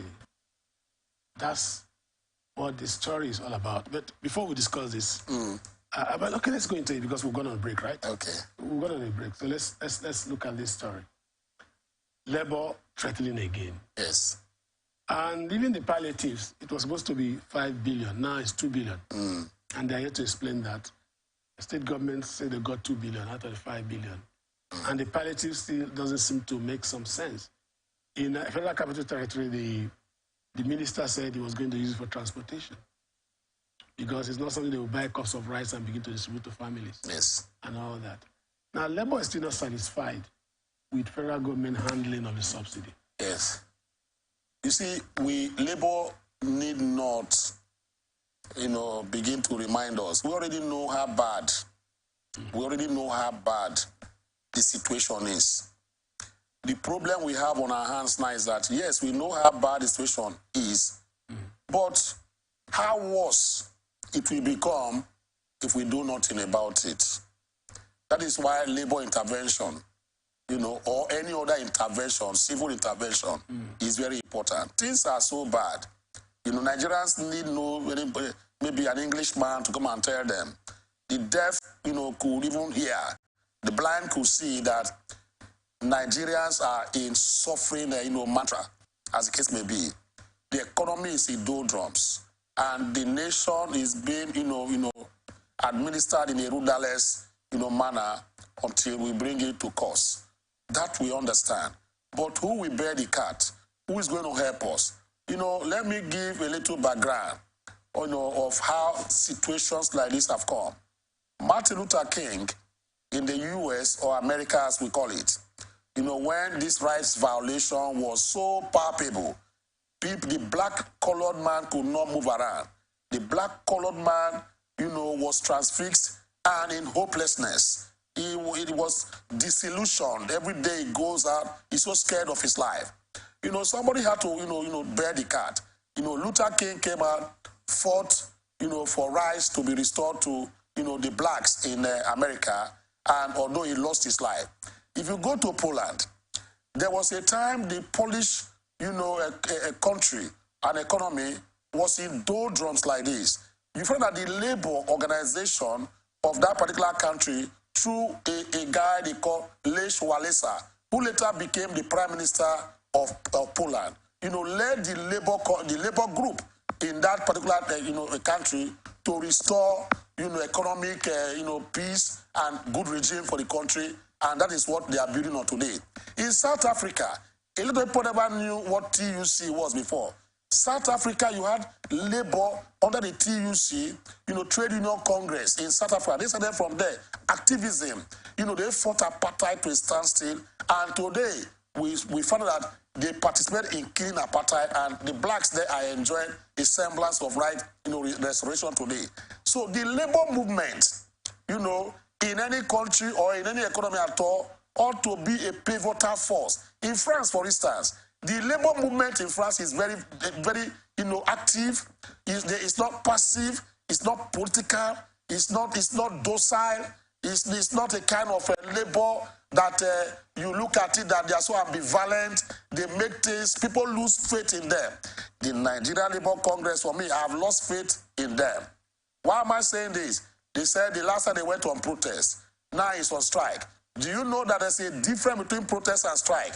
A protest is when they went. The last protest they went for, what was the meaning? What was the outcome? Did government listen to, your protestations? It is as the case may be, even though you send memos, to the high and mighty, federal and state, local etc. You did a jamboree, that's what I called it. Now you want to go on strike. The strike you want to go on now is that, do you know that strike is different from protest? Why is strike different from protest? Is that a protest is you don't down tools, but in a strike you down tools. So are you saying that in the next 2 days, starting from the 5th of September, you are going to make Nigerians pass through this agony again? Because if you are on strike, it means that the banks, etc., will not work. The workers are on strike. They may down tools, and that will create another problem for them in the next 2 days. At the end of the day, we're ready to bear it. But what now comes out of it? Are we going to bear those 2 days of your warning strike? Then we now come back to the same platter that we have been. Then you now go and negotiate with the government at the end of the day. Maybe when things happen, you now come to say, okay, we have negotiated with government and we are giving them another 6 months to tinker with the company as it has been before. The question I'm asking Labour, this particular warning strike is unnecessary. Why I'm saying this is because the fact that, one, when the subsidy was removed, what happened was this. Nigerian Labour Congress told us that immediately they are going on strike, and we supported them. People were ready to, pull out everything they had to support them. Just about a day or 2 days for that particular day, they pulled out and told us that that particular strike they were to call for has been suspended. The reason is that they said that the government has called them to negotiate, and they are now giving government 8 weeks for them to reach, a resolution. The resolution they reached was on palliatives, to distribute palliatives, an insulting word to Nigerians. You are talking about palliatives, whereas the Constitution of Nigeria says welfare. There's a difference between palliative and welfare. The Constitution says welfare of Nigerians, but you are now doing our palliatives as if we are in a war zone. With due respect, I don't even think that Sudan, Somalia, countries, war-torn countries, do offer their citizens what they call palliatives. Palliative is a demeaning and derogatory word. A word used for those who are homeless, who are hopeless, who are disillusioned and lugubrious. These are the things that you award to them to assuage their feeling temporarily. So when you begin to say that you are doing that to Nigerians, it's an insult. And Labour went to negotiate such kangaroo negotiation that, you are going to give palliatives, and you accepted it. Now, can the NSC, a chairman, come out and tell me and Nigerians what is the essence of this warning strike? What is the guarantee that if we all say, okay, let's join Labour in 2 days or 3 days' time, that Labour will not go and hold a clandestine, surreptitious, meeting with the federal government, and they come out 24 hours or 48 hours thereafter to say we have called off the strike, and government has said they are going to listen to us, then we now go back to square one. This is my own problem with the Labour issuing strike notices. See, strike is not, I don't believe in whatever. The government is going to tell you that you already know that there's a court ruling that says that if you go on strike, there will be no pay. So what are you going to achieve? You just go on strike? I remember in France, not quite long, that was, I think, the latter part of last year, a group of the tanker drivers were on strike for about 3 months, 3 weeks. The government called them and said, no, we have 10 demands on our agenda. If you don't fulfill the 10, we are not going back. The nation was shut down for 3 weeks. That was one of the longest strikes we have ever seen in world history. It was shut down for 3 weeks. The government had no other excuse or whatever than to go and fulfill, that particular 10 demands that was given to the tanker drivers as guests. They achieved something, so they cannot go on strike in the next 5-10 years. But Labour go on strike, I call it a verbal or a strike diarrhea, as the case may be. It makes no sense again you know, as the case may be. Labour, I speak to you as a Nigerian. I am not interested in this, you know, whatever. You have now become a prodigal son, a wayward Congress, as the case may be. We do respect to you. We will not take you. We will not take you with a pinch of salt or whatever you say again. This is the worst that the Labour set I've seen. Oshomale's era, we knew what happened. Kokori era, we knew what happened. Makeri Modu, we knew what happened. Margaret Ekpo and the rest of them. They stood their grounds. Bafia, Pascal Bafia and the rest of them. We knew what happened. They were able to achieve, you know, so. But this Labour is a rudderless Labour Congress, to be very honest with you Nigerians. They can't fight for us. They cannot fight for us. And you cannot provide a platform and platter for us to look at the government face to face because you have compromised your position. Let me put it that way. Okay. That's my take. Well, I think that's much we can take there. And we go on a little break and then bring in an addendum for governance and politics. That addendum will be on environment. We'll go on just 2 minutes, 3 minutes short break. And then when we come back, we have Dr. Lowe in the studio. And after which,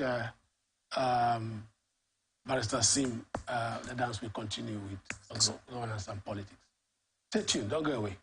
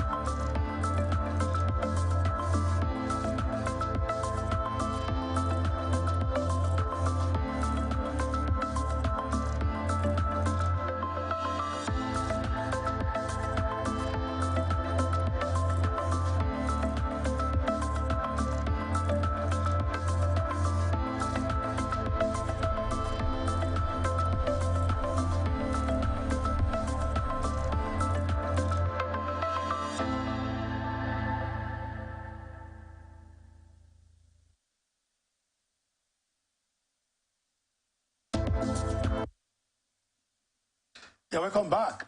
This is governance and politics, and we're starting with an addendum because we have an expert here. It's not easy to get an expert on environment. He's here to fill in on that. The issue of flooding in the state, the issue of flooding, the release of water from the dam, the issue of perennial flooding, as we have in Arashi region and all, the environmental implication, the hazards and all that. What is your expectation? Well, we start with what causes all this and all that. You know, in our previous discussions, we've looked at several causes of flood. And by the way, this is Dr. Emmanuel Olowu. He's an expert in environmental management. Yeah, go ahead. Thank you. I'm happy to be here today again. We've discussed severally in our previous episode on the causes of flood. Now, when we find the rain coming with this intensity over a short time, obviously it causes flash flood around our neighborhood and also the rise of our river lines. We're also aware that in previous years, when the Cameroon released their water, which of course was the reason we had the devilish catastrophe that ravaged our neighborhood, killed our people, exposed us to certain ailments that we have not been able to wriggle out of. Some of our relatives are still suffering it. So these are basically, as we know, the cause of it. It is of greater concern to me because while we have had publications, projections, forecasts about the flood, and as it is in the media and with government agencies that this year's flood is going to be more terrible, it's worrisome to me because little or nothing is being done. All we just hear is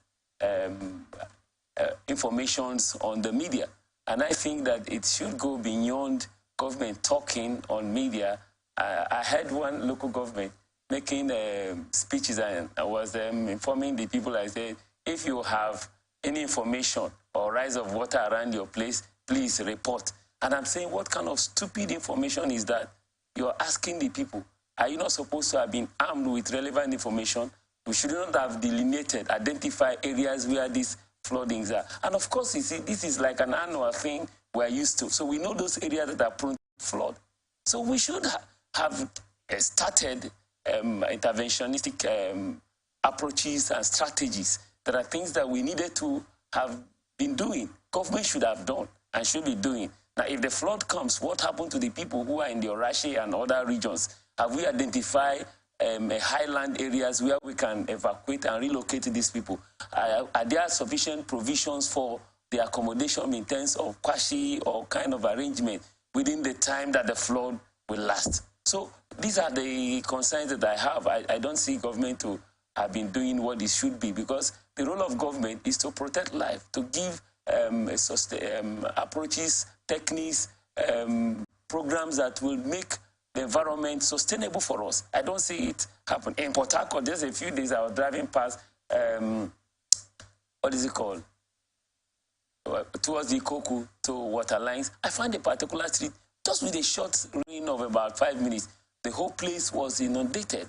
The cars that were there, some are already up to about the door level of the car. So imagine that we have rain period that lasts for 1 hour, 2 hours, and 24 hours. It means that several houses in Port Harcourt is going to be submerged.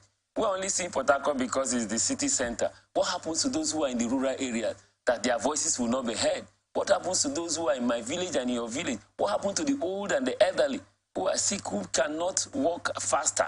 You know, so there are a lot that we expect the government to do. And we will not be tired in accusing the government of their failure to do what they're supposed to do until we see them do the right thing. So what are the proactive and the mitigation measures?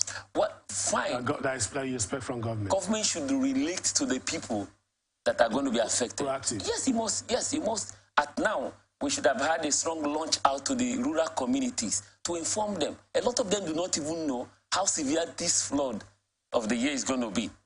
We should also today have known that location A, B, C, D. Of course, NIMET has given that pronouncement. No, but that's NIMET. But about 13 local government areas. Are you aware that this... out of 23 will be affected? What should the government have done in terms of proactive measure to mitigate what is happening? For example, you started with urban flood. Yes. That is as a result of poor drainage and other poor city logistics management. Yeah, you recall that in the last meeting we talked about that extensively, that the need for the silting the channels, water channels that we have here. But beyond that is that there are developments on watersheds.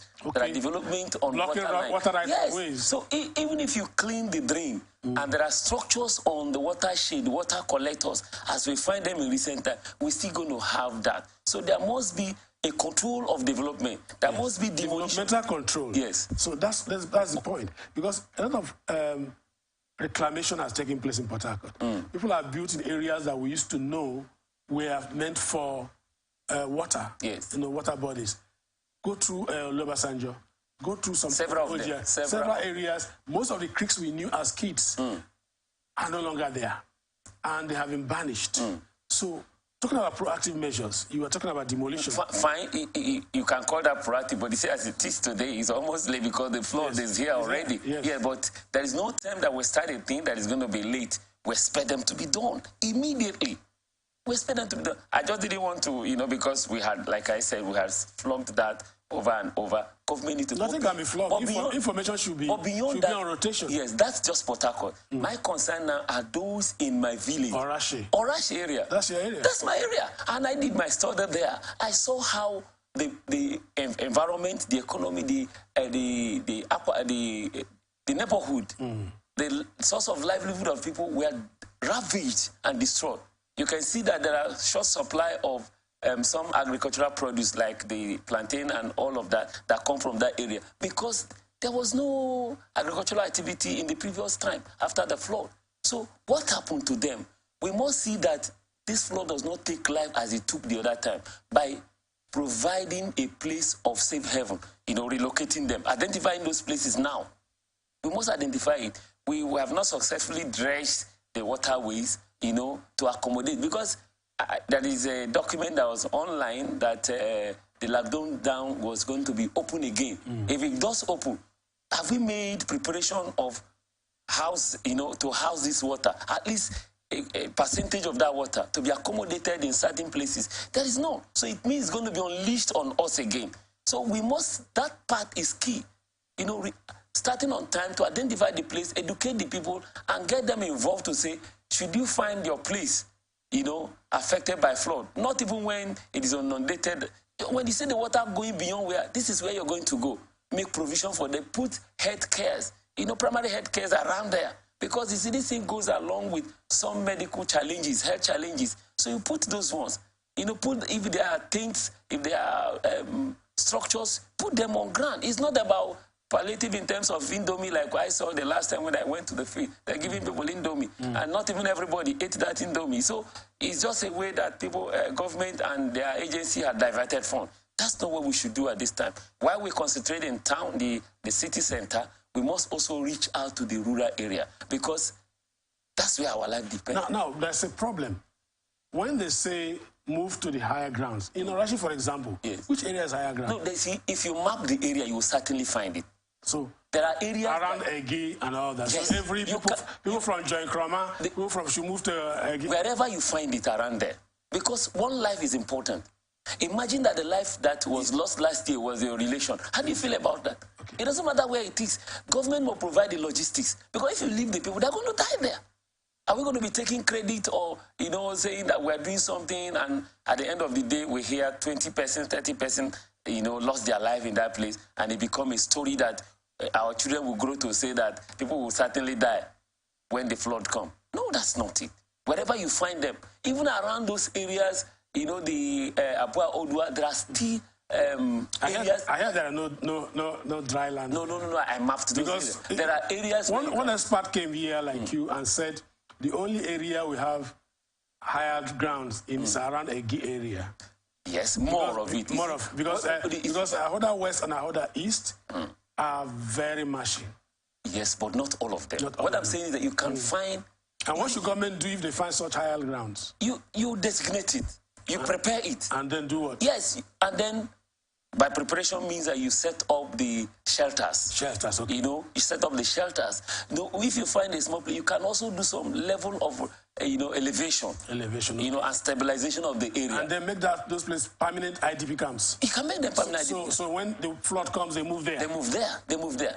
if the flood comes to that place, you must identify several points and several locations. That's what we must do. We shouldn't be tired of doing that. We must do that. Because flood has a lot of negative and adverse impact on our life. It has. It changes our lifestyle. It changes our health. It changes, our residence. If you, I'm sure you are familiar with some of the images and pictures that we have seen. Some of the structures, a lot of which are modern houses, now. They are damaged. People return back with nothing. Okay. And you see, farming exactly. Everything is eroded. And then when they look at some of the pictures, and when they come back, from their IDP camps or from areas where they have moved, what should government do to rehabilitate them in terms of so that they can get back into agriculture? Because this flood has a season. See. So the agricultural practice will change in terms of season. Of course, it will change. Yes. We should have, grown out of doing agriculture in our traditional way. Yes. Government should have released what is now a global system of agriculture. There are certain crops that you can plant and harvest within short time. People in the rural area must have these processes, have the system, have the seedlings, have these improved varieties. Okay. They should not be planting cassava that stays as long as, cocoyam that stays as long as, plantain that stays as long as, mango that stays as long as. But cassava is our major crop. Of course, but there are improved varieties. Okay, for a short time. Of course, there are improved varieties. Knowing the time frame and again, that the flood will last, and for example, you're going to be in IDP camp for 2 months. Good.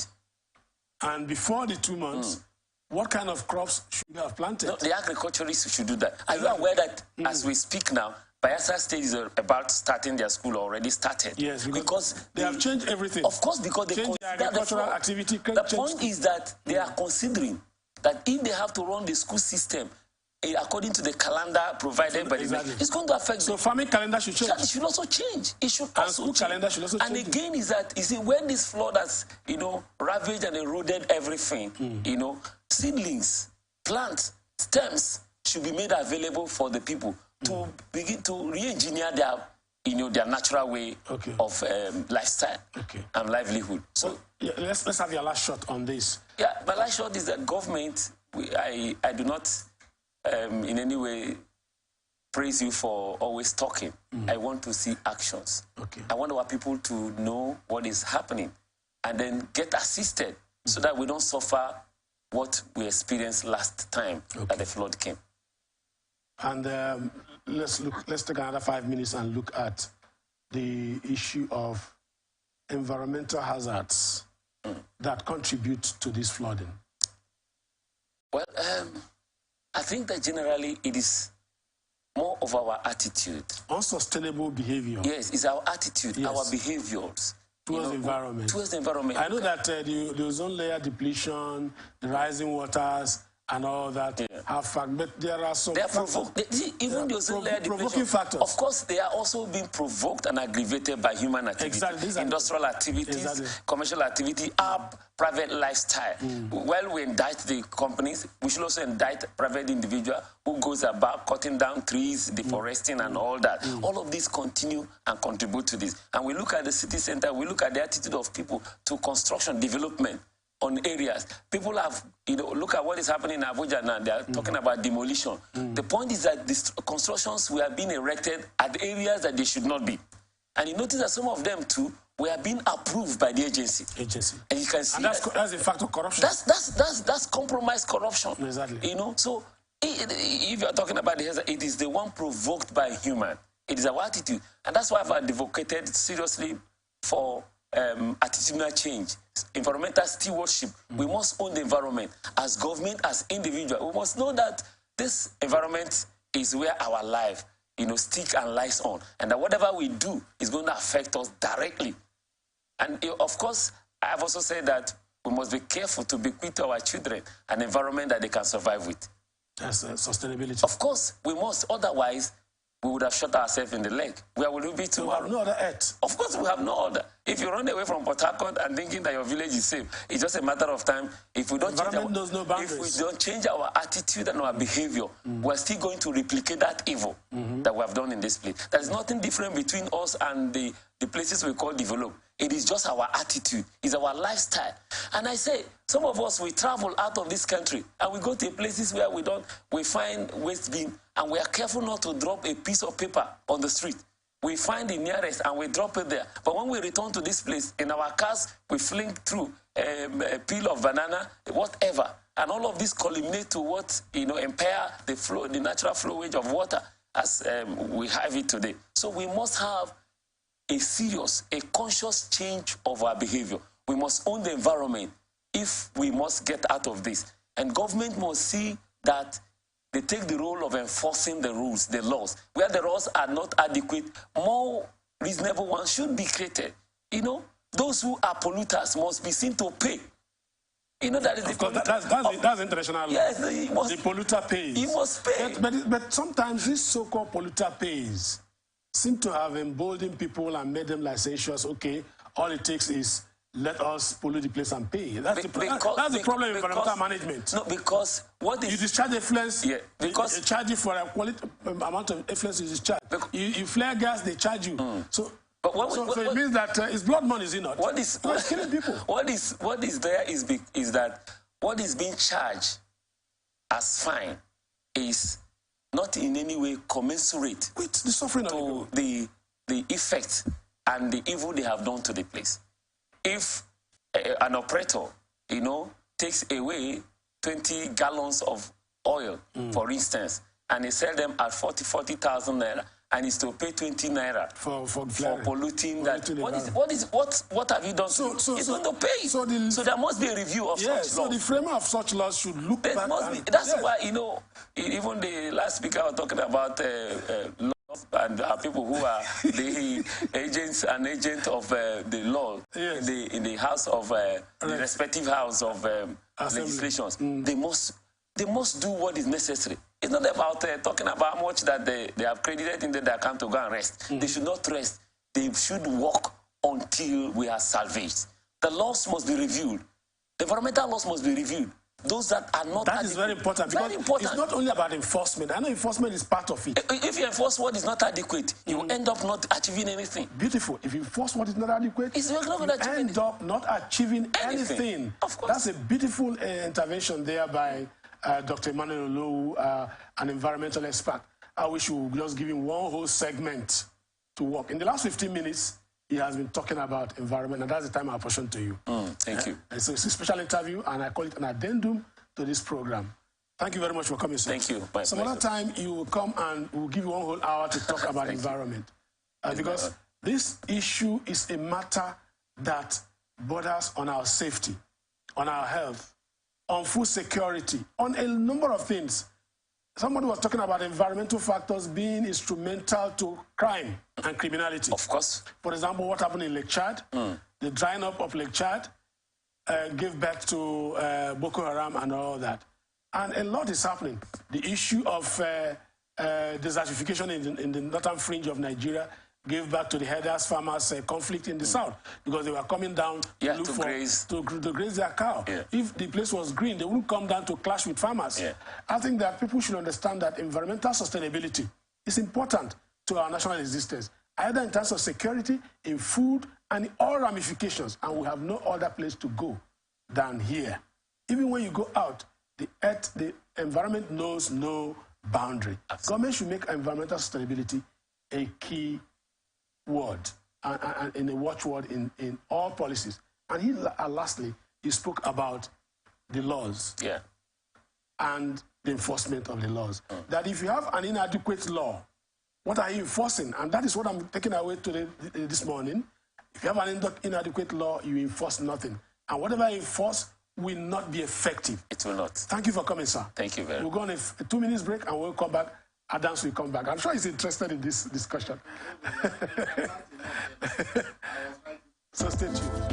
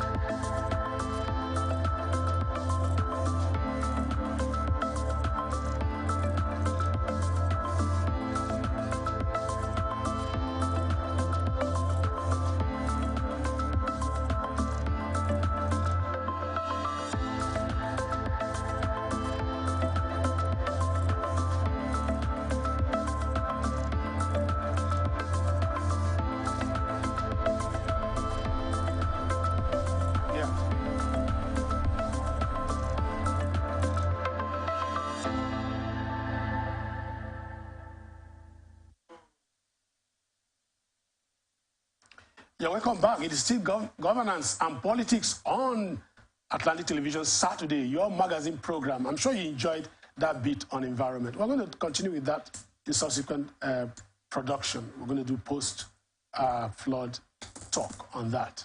Dr. Adam, Barrister Adams is still here in the studio, and he's going to look at some of the stories, and then we'll take a feature and trail off. All right.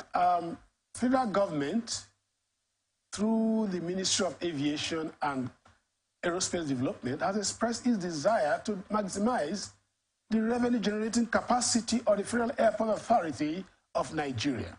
The Ministry of Aviation and Aerospace Development, Festus Keyamo, disclosed this during a recent visit to the Murtala Mohammed International Airport, Lagos.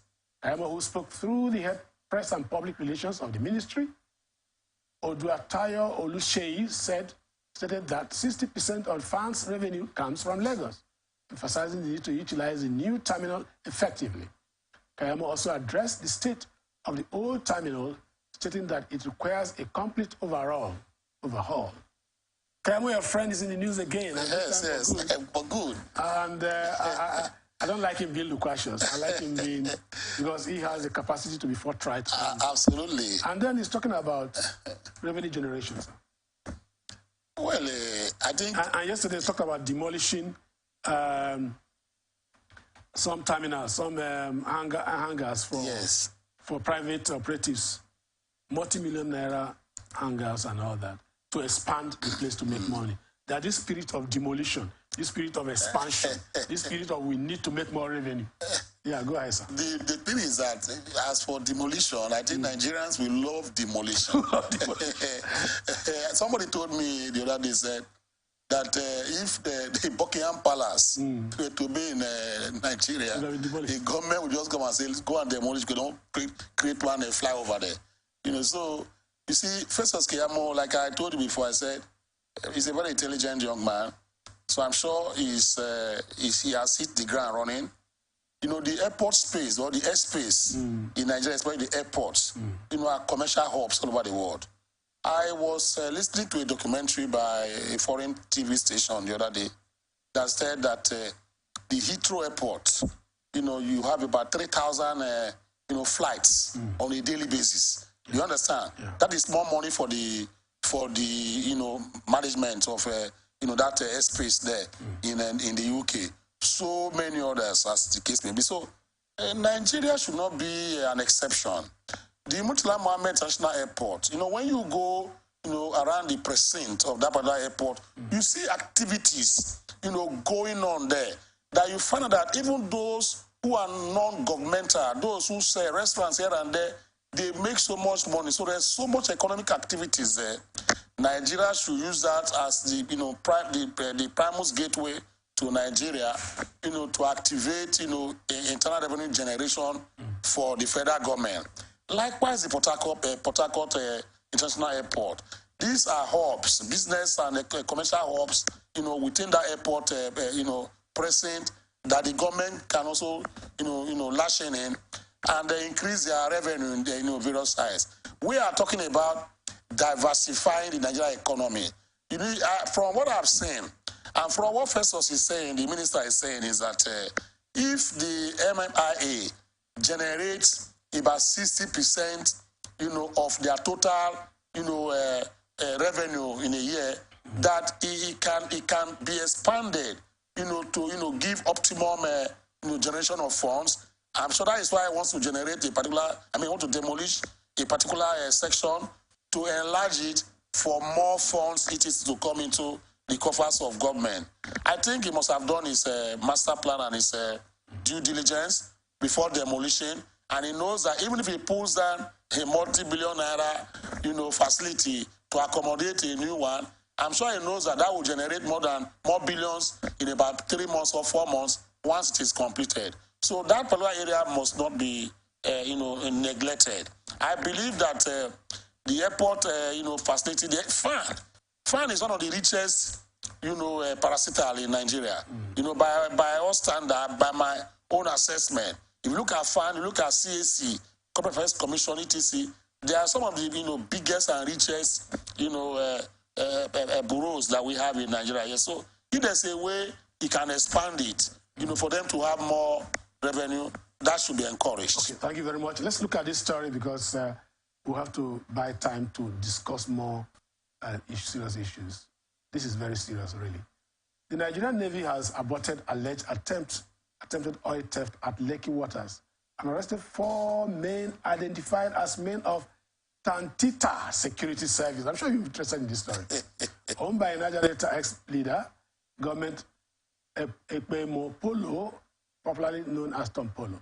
They were arrested by men of the Nigerian Navy stationed at Fort Lekki at waterways near the Itolu community. Lekki, after the residents of the area raised the alarm following gunshots from the waterside. While parading the suspects, the commander of NNS Beecroft, Commodore Kolawale Oguntuga, said they were arrested while they were attacking a local from whom they tried stealing a boat engine. Reviewing the information, Naval Patrol teams immediately launched a response operation. On arrival at the scene, the naval team met 4 individuals dressed in black polo shirts with Tantita inscribed on the back, trying to recover a dismantled outboard engine from a local. The team recovered the engine and apprehended 4 Tantita employees. The picture there speaks volume. They are wearing Tantita dress. And this is like somebody who was asked to protect a house, stealing from the house. Yes. And the Tantita, of course, you know the controversy surrounding this. Private security operatives by government Tom Polo himself. Yes. And, of course, they have screamed foul to say that, to deny that those people are part of them. It's a contradiction, and that's what Nigerians have been looking at over time, that there are security operatives trained, Navy, civil defense, and all that, to protect the highway, the pipelines, and all that. If you are bringing civilians, they should come in as some kind of surveillance team, some kind of intelligence group, not people to protect the pipelines. And now there's a suspicion, allegedly, that's right, as we say in the media, because they're not improving, that Tantita is there. But Tantita security is being implicated there, and they need to prove otherwise. Yes, you see, the point is, the first question you raised was, should have rather used our military, people to survey, protect, secure, the waterways, vis-a-vis oil theft, etc., as the case may be. But we have found out that for decades, it has been in their hands for them to protect, secure, survey, do surveillance on that particular area.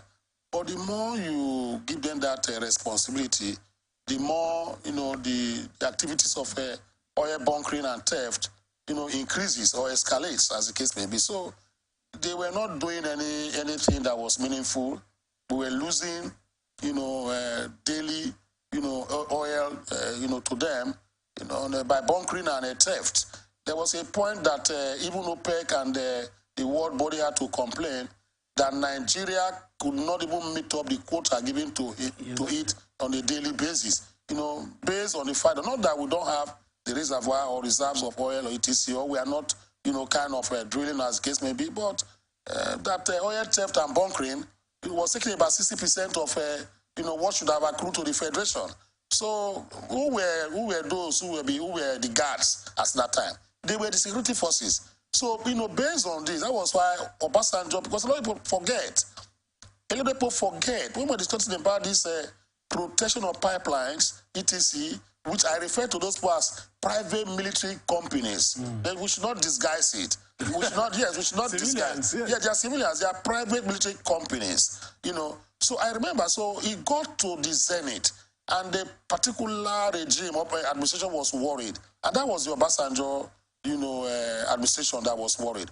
I remembered that he signed about 2 billion naira contract as at that time with a man referred to as Gani Adams of the OPC fame to protect a certain area of Nigeria pipelines. You understand the point? We raised, eyebrows at that time.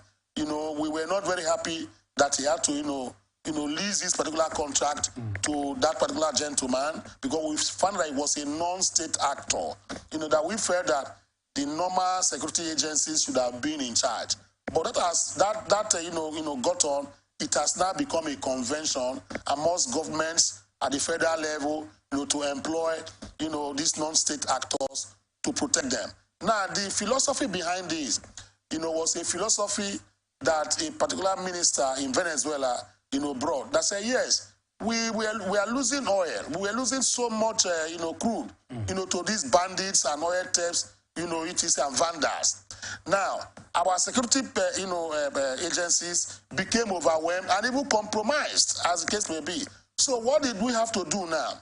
To secure, our pipelines. So at that time, the country minister of petroleum now said they had to lease security of the pipelines in Venezuela at that time to the oil bandits and vandals and those who participate in oil bunkering. So when you employ a thief to help you catch a thief, if the thief is going to work, you are going to get some result. That is what is happening right now.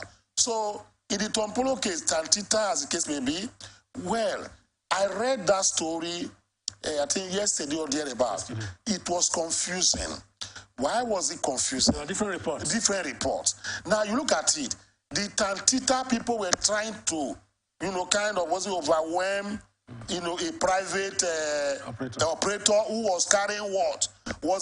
How did the Tantita, come up to intervene and wanting to arrest or wanting to, take the engine boat, from that man? That is something we have to investigate. Was he trying to, steal our crude? That the private man, then the Tantita, being that they have been given that road to protect, the pipelines and the oil, crude, whatever the case may be, now intervene to arrest, the private man that was inappropriate, or to arrest him and take to the security agencies. These are things we have to do.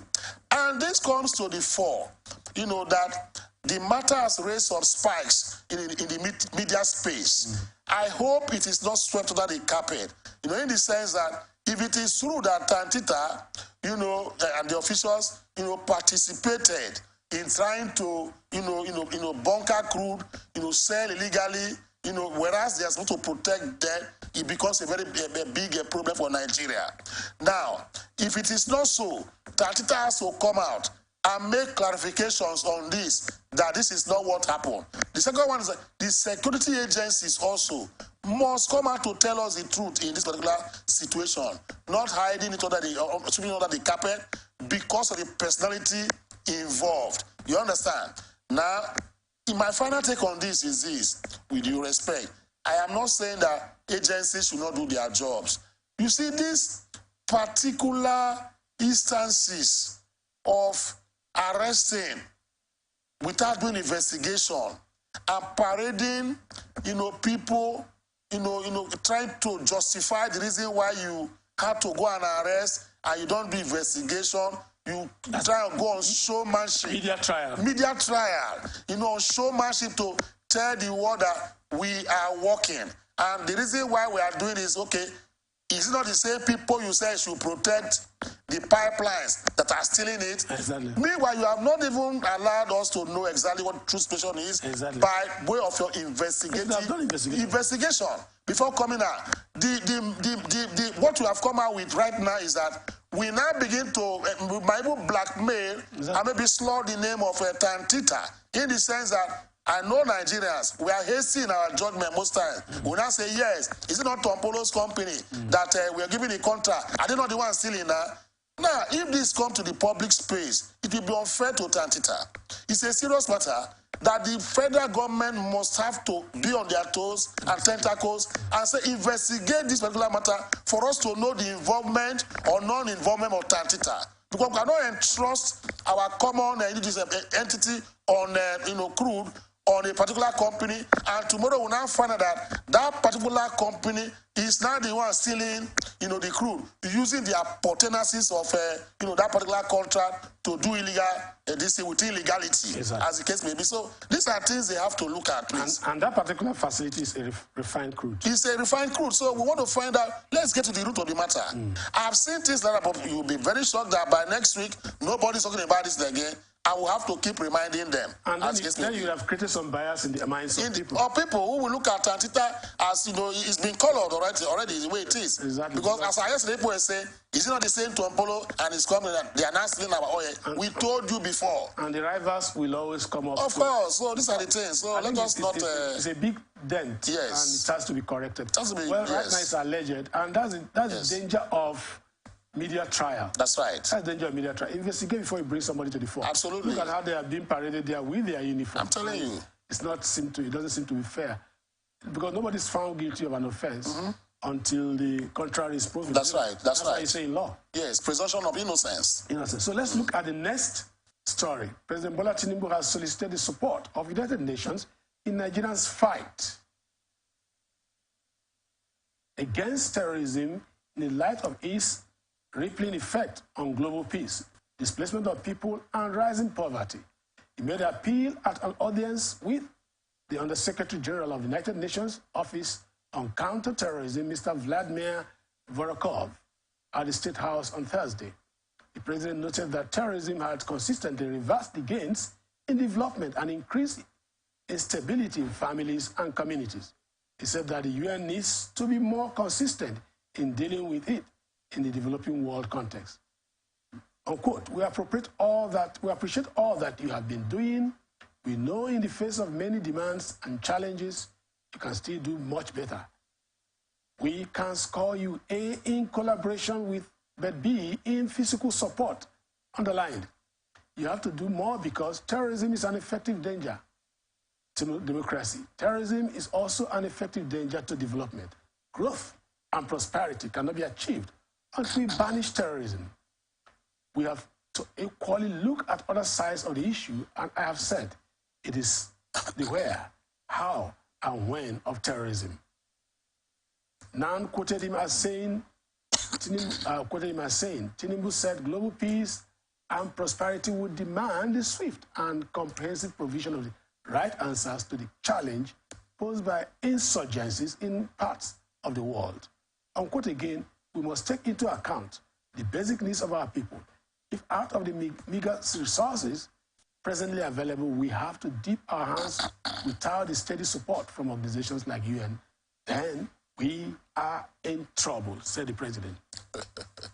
He summarized the actions of UN into two. Yes. Then collaborative and physical response. So if you are collaborative and you promise to do, yes, have you done? That is the issue there. Yes, let's knock that off. The point is, you see, I believe the Nigerian government, for instance, not his present government, the one that, just got passed, even though we had collaborative effort on terrorism, the United Nations has a charter on terrorism where nations can collaborate, and, if not wipe out terrorist activities or terrorism from the world, to kind of eliminate it or annihilate it, so that it does not become a global phenomenon negatively. Now, the United States also has taken this particular dimension, and it never before in the U.S. you had the Ministry of Interior, but because of what happened during the 9/11 situation, they now brought the Ministry of Interior. It has been a British thing. The British thing. So they now brought it Ministry of Interior, because they found out that most of the people who participated in that 9/11 got their training in the United States of America, having America, US visa, etc., to come in to do their training there. Now, the second one is that they took it, very seriously and set up that ministry called Homeland Security, Ministry, where it is very, very important, as the case may be, that the Homeland Security Department is that they're talking about the whole country as a whole. Now, where they need collaboration with other nations. They will inform them outside of the U.S. Where the other nations need their physical presence, they will also invite the U.S. to come and help them tackle terrorism.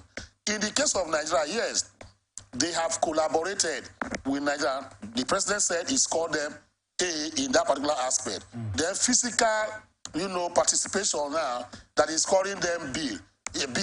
I am not, flummoxed about that, but I know that the reasons are not far-fetched. The last government, in spite of the fact that Boko Haram became an anathema to good governance and a threat to economic, social, security lives of Nigerians, the government of the last exited government treated that particular, terrorist organization, with a kid's glove. We kept calling on them. You are collaborating with, the United Nations, the US, Germany, France, etc. Can you ask them to have physical presence in Nigeria to help the country deal with terrorism? The government refused to, ask for them to come and participate physically to help them, fight terrorism. I am quoting from, what I saw and, analysis by security experts. So America and the rest of the world, what did they do? They treated Nigeria and left them, to their own peril, as the case may be. So that is the situation. I hope the president also has to change the narrative of the old. That yes, from collaboration, you can ask for active participation when in need. It's not an egotistic thing that you say Nigeria is too big, or the Nigerian army or security agencies can take care of terrorism in Nigeria, so we don't need any foreign bodies, or intervention for us to fight Boko Haram and ISWAP, as the case may be. You'd have to, take up that veil when there is need for you to invite, like you invited this young man, the ambassador to the State House. You can still invite him and say, we want you, apart from collaboration, come and have your physical presence in Nigeria here and help us tackle ISWAP and Boko Haram in conjunction with our local security and our military forces. I'm very sure America will be very glad to do that. Well, thank you very much. We're going to take a feature now. It's a special report, as it were. Some Nigeria is still mourning a patriot, Taiwo Akiwumi. Let's take that feature and then trail off with some discussion. The issue of patriotism, yes. The issue of citizenship, duties, rights, and obligations. These are issues that are yet to be resolved in the Nigerian polity. Let's watch this.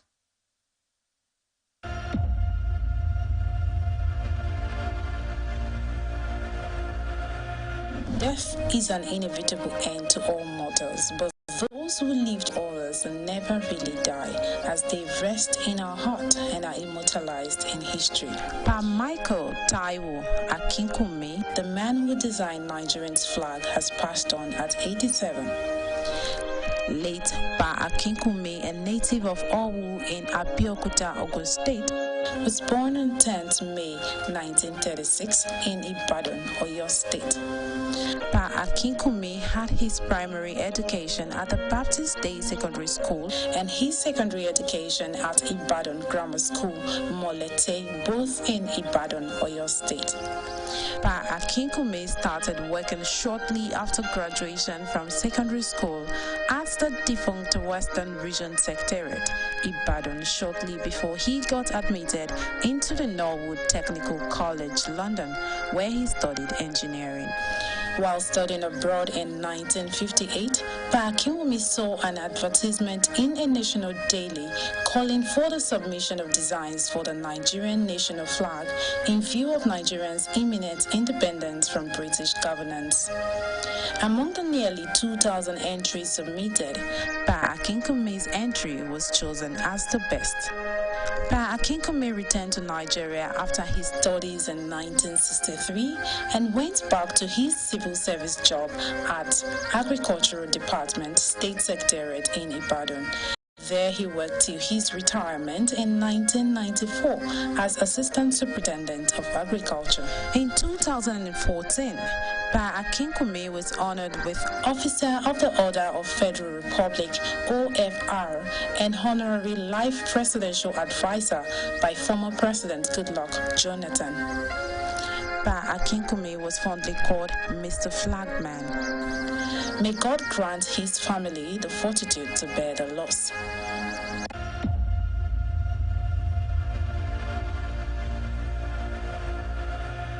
Death is an inevitable end to all mortals, but those who lived for... You're welcome back. May the soul of Pa Akinkunmi rest in peace. Well, that's a short feature on Akinkunmi, and it evokes a lot of passion and emotion. Absolutely. And it makes you in sober and somber mood. It keeps you in that. And one important thing that we have to know about this story is the fact that reward system in Nigeria doesn't seem to be very right. And we talk about duties, rights, and obligations of every Nigerian and the Nigerian government. And we talk about the issue of patriotism. All these are welded together. I'm sure, Sir Adams, you're going to give insight into this. Of course. I see, when I was watching, that clip, I was reminded by my conscience and thought, that, you see, it's been so heartless when you say, the labor of our heroes past. When we use those words, every day we use it. It's national anthem and the other whatever they call it. We normally do that. I ask myself the question, how come that a man like this has passed on? A man like this, I'm very sure that our students who are in the primary school, secondary school, if you ask them, I may not even know him. But they know of an Awolowo, they know of Zikiwe, they know of OBJ, they know of some other people. You understand? They can tell you about Fred Ajudu also. So, but people of this nature, nobody is recognizing them. I also, showed that I was maniacally bewildered, when I saw that just now, that it was only in 2014, that the man was given a national honor award. My God. By President Jonathan. By President Jonathan. Oh, my God. How can we be so carefree, heartless? So I feel so sad that only in 2014, that was when he got that award from President Jonathan. So the previous administration, whether military or otherwise, every year, they reel out names of those to be honored and given awards, OFR, etc., as the case may be. So the man that, designed our flag, nobody was giving, he was not giving any attention for close to 4 decades. The second one is this. People like this, their bust ought to be in our currency. Now, if you go through and look at our major currencies today, who do you look at? Those who came into government by dint of banditry or by dint of rigging elections, etc. That is why you have their bust, on that, our currencies of denomination types. Whereas you see people who created and designed, that flag that we still use today. I heard he designed that flag even before the Independence Day, And he put in something features of you understand, and it was even just £100. That was what he got, although it might be very big money as that time. £100? Yeah, they said it's £100. £1? No, they said I think it's £100. They said it's 100. Was big money. It was big money, yes. That is what the award, was. So that was what they gave to him. So they paid him off, as it were. That is what they did. So maybe they paid him off. That is not, it's not good. So you understand? It's about 1 million now. So at the end of the day, I don't think it should be treated in that shabby form. These are national icons. I was thinking, I would have, be very happy if, for instance, even where he lives, the government takes care of his health. Even where he stays, government takes care of his family, as the case may be. Take him outside for a vacation. But that was not happening. So that tells you that, rewards of patriotism in Nigeria is zero. I have seen during the ECOMOG time that the soldiers who left Nigeria to go and fight on national assignment, at least I have a relation who died in Monrovia. He came back, we had to go and bury him. Now, will I allow my kids or my relations to join the Nigerian Army or Navy? I will never do that because there's no system of reward for all of us. Look at some of our footballers who brought glory, down, to Nigeria in the heydays when Nigeria was Nigeria, as the case may be. Where are they today? Emmanuel Ebiede, one very good, football. You saw how he died. He was suffering from cancer. The government of the day could not even come to his aid. You understand? These are things. Henry Wosu, the rest of them. So, Rashidi Yekini was almost going mad. I remember the way the UK, the British people treat George Best. George Best was an alcoholic. Yeah. But the government never forgot him. When he collapsed in his waiting room, information got to the authorities. They sent in, workers who came in there, took him out to rehabilitation. Even as it is, I speak, you look at Dele Ali, who even participated and played, not even up to 10 times for the national team of England. He had problem of drug and usage in Turkey. The British ambassador came out and sent a special flight to Turkey to go and bring him from Turkey to England for rehabilitation. Why are we so heartless in Nigeria? Why don't we don't value patriotic, suasion, people who are patriotic in this country? We don't value honesty. We don't value people who are very honest, who are diligent in their duties. We don't regard them. We see them as never do well. But we ululate and, highlight people of dubious character, both in government and business. What kind of a country are we in Nigeria? It beats me hollow that a man who designed your flag, I am wondering, for instance, a man who designed the American flag, whether he would have been treated in this particular manner. I don't think so. So we have to have a rethink and reinvention.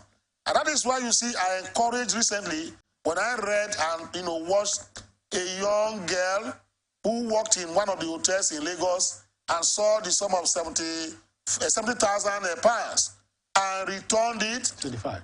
Yes, to the company. So when I saw people rewarding, I said that should be made prominent.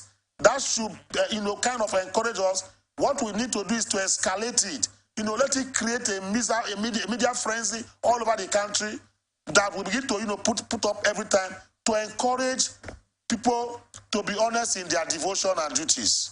But patriotism, in the Constitution of Nigeria, the Nigerian Constitution, under that chapter 2, talks about reward of patriotism. But governments of the day do not do that. The reason why the National Award was set up, it was not set up for you to give to dubious characters who never impacted positively on this nation called Nigeria. The essence of that particular National Award Act is to, give to people like this, nature, people of this kind, that sense of patriotism.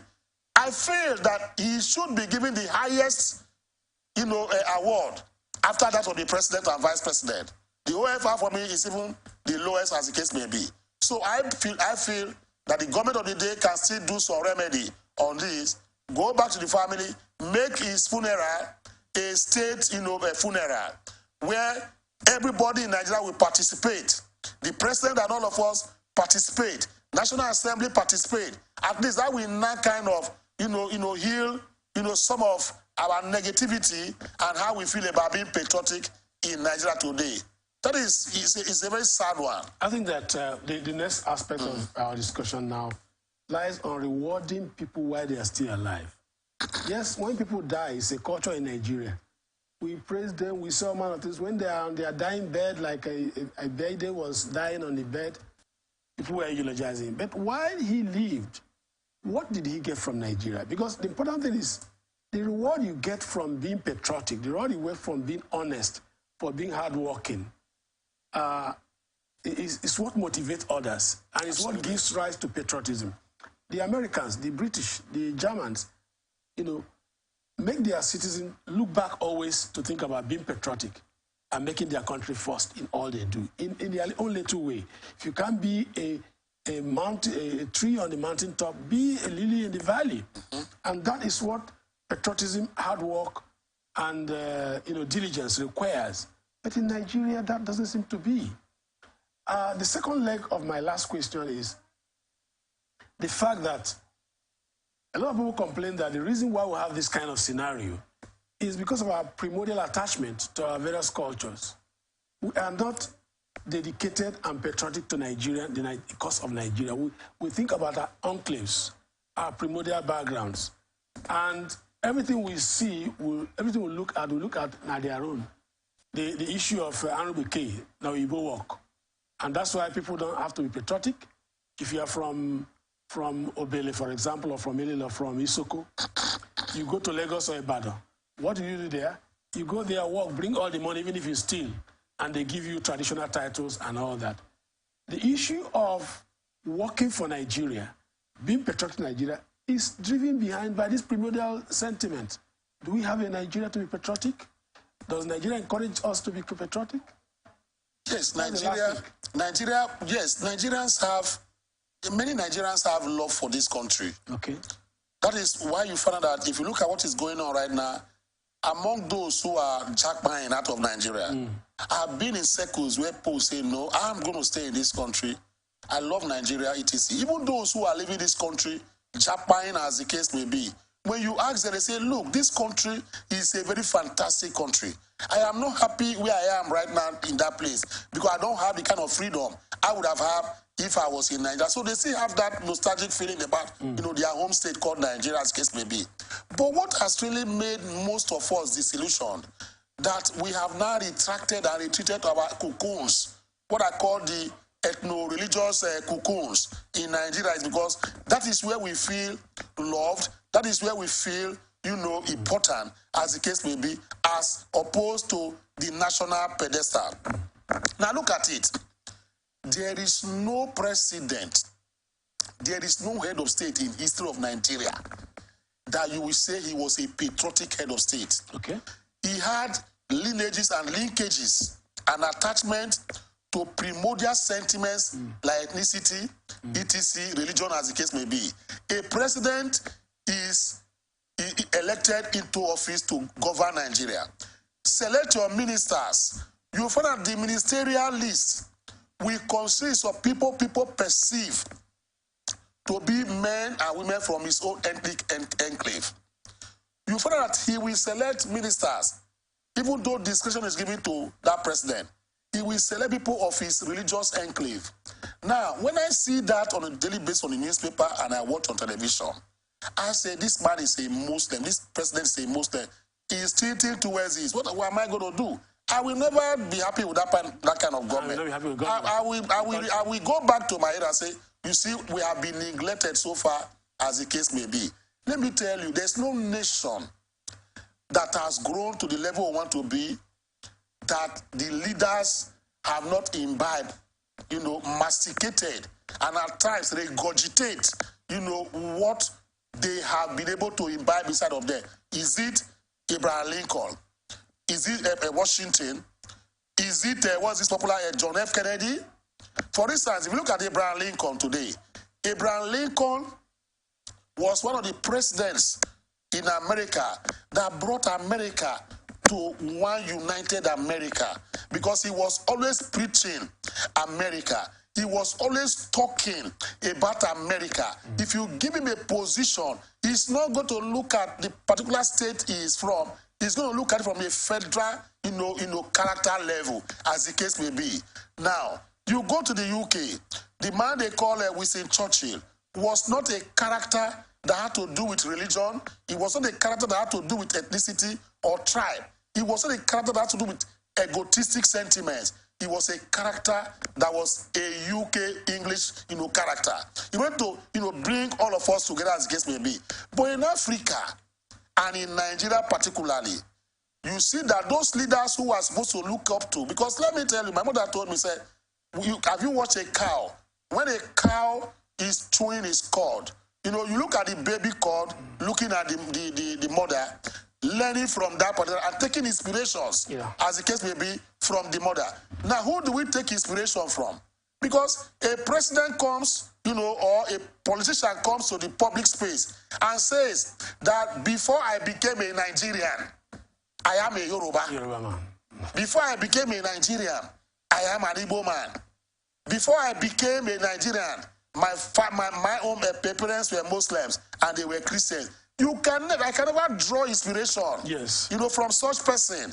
I can never draw inspiration or latitude from such person because he's very obfuscating and whatever as the case may be. It's like it's a shade, a facade. I look at that. I look at the person as not. Maybe we are different now, as the case may be. Thank you very much. That situation is so sad. I mean, thank you very much. Yes. I think you've rounded off there. The primordial sentiment, the primordial attachment of leaders to their enclaves. That's right. Seem to have eroded the spirit of patriotism in Nigeria. Absolutely. And the spirit of hard work, the spirit of diligence, and what have you, seem to have taken flight. Well, that's much we can take on today's program. Atn Saturday, of course, don't forget, Atn Saturday is a magazine program. We've had entertainment and lifestyle, we have business and economy, and politics and governance. And don't forget, today we also had an addendum on environment coming from Dr. Emmanuel Lowe, and that's the bit we can offer you today. I'm sure you enjoyed it. Thank you very much, sir, for coming to the program. Yes, thank you for inviting me always. Yes, Adams. Yes. Is very great, and is somebody we want to see here every day on this program. Thank you very much. Don't forget, watch us on Twitter, Atlantic Television Net, Facebook and YouTube, Atlantic Television Network, Instagram and TikTok, Atlantic Television Network 1. Watch us live on our website, atlantictelevisionnetwork.tv, on app ATN Live. On YouTube and Facebook, Atlantic Television Network, peace and unity are the pathways to progress. I'm sure you know that. I always say on this program, make peace your watchword. Whatever you do, whatever you say, your actions must be building blocks for peace. If you don't do that, then you are not a peacemaker. Peace is not the absence of war. Peace has a lot of ramifications, and that's why we always say, make peace your watchword. Well, other programs are coming up on the station. Don't forget to join us next week Saturday on the same program. My name is Bon Woke. Stay tuned. Don't go away.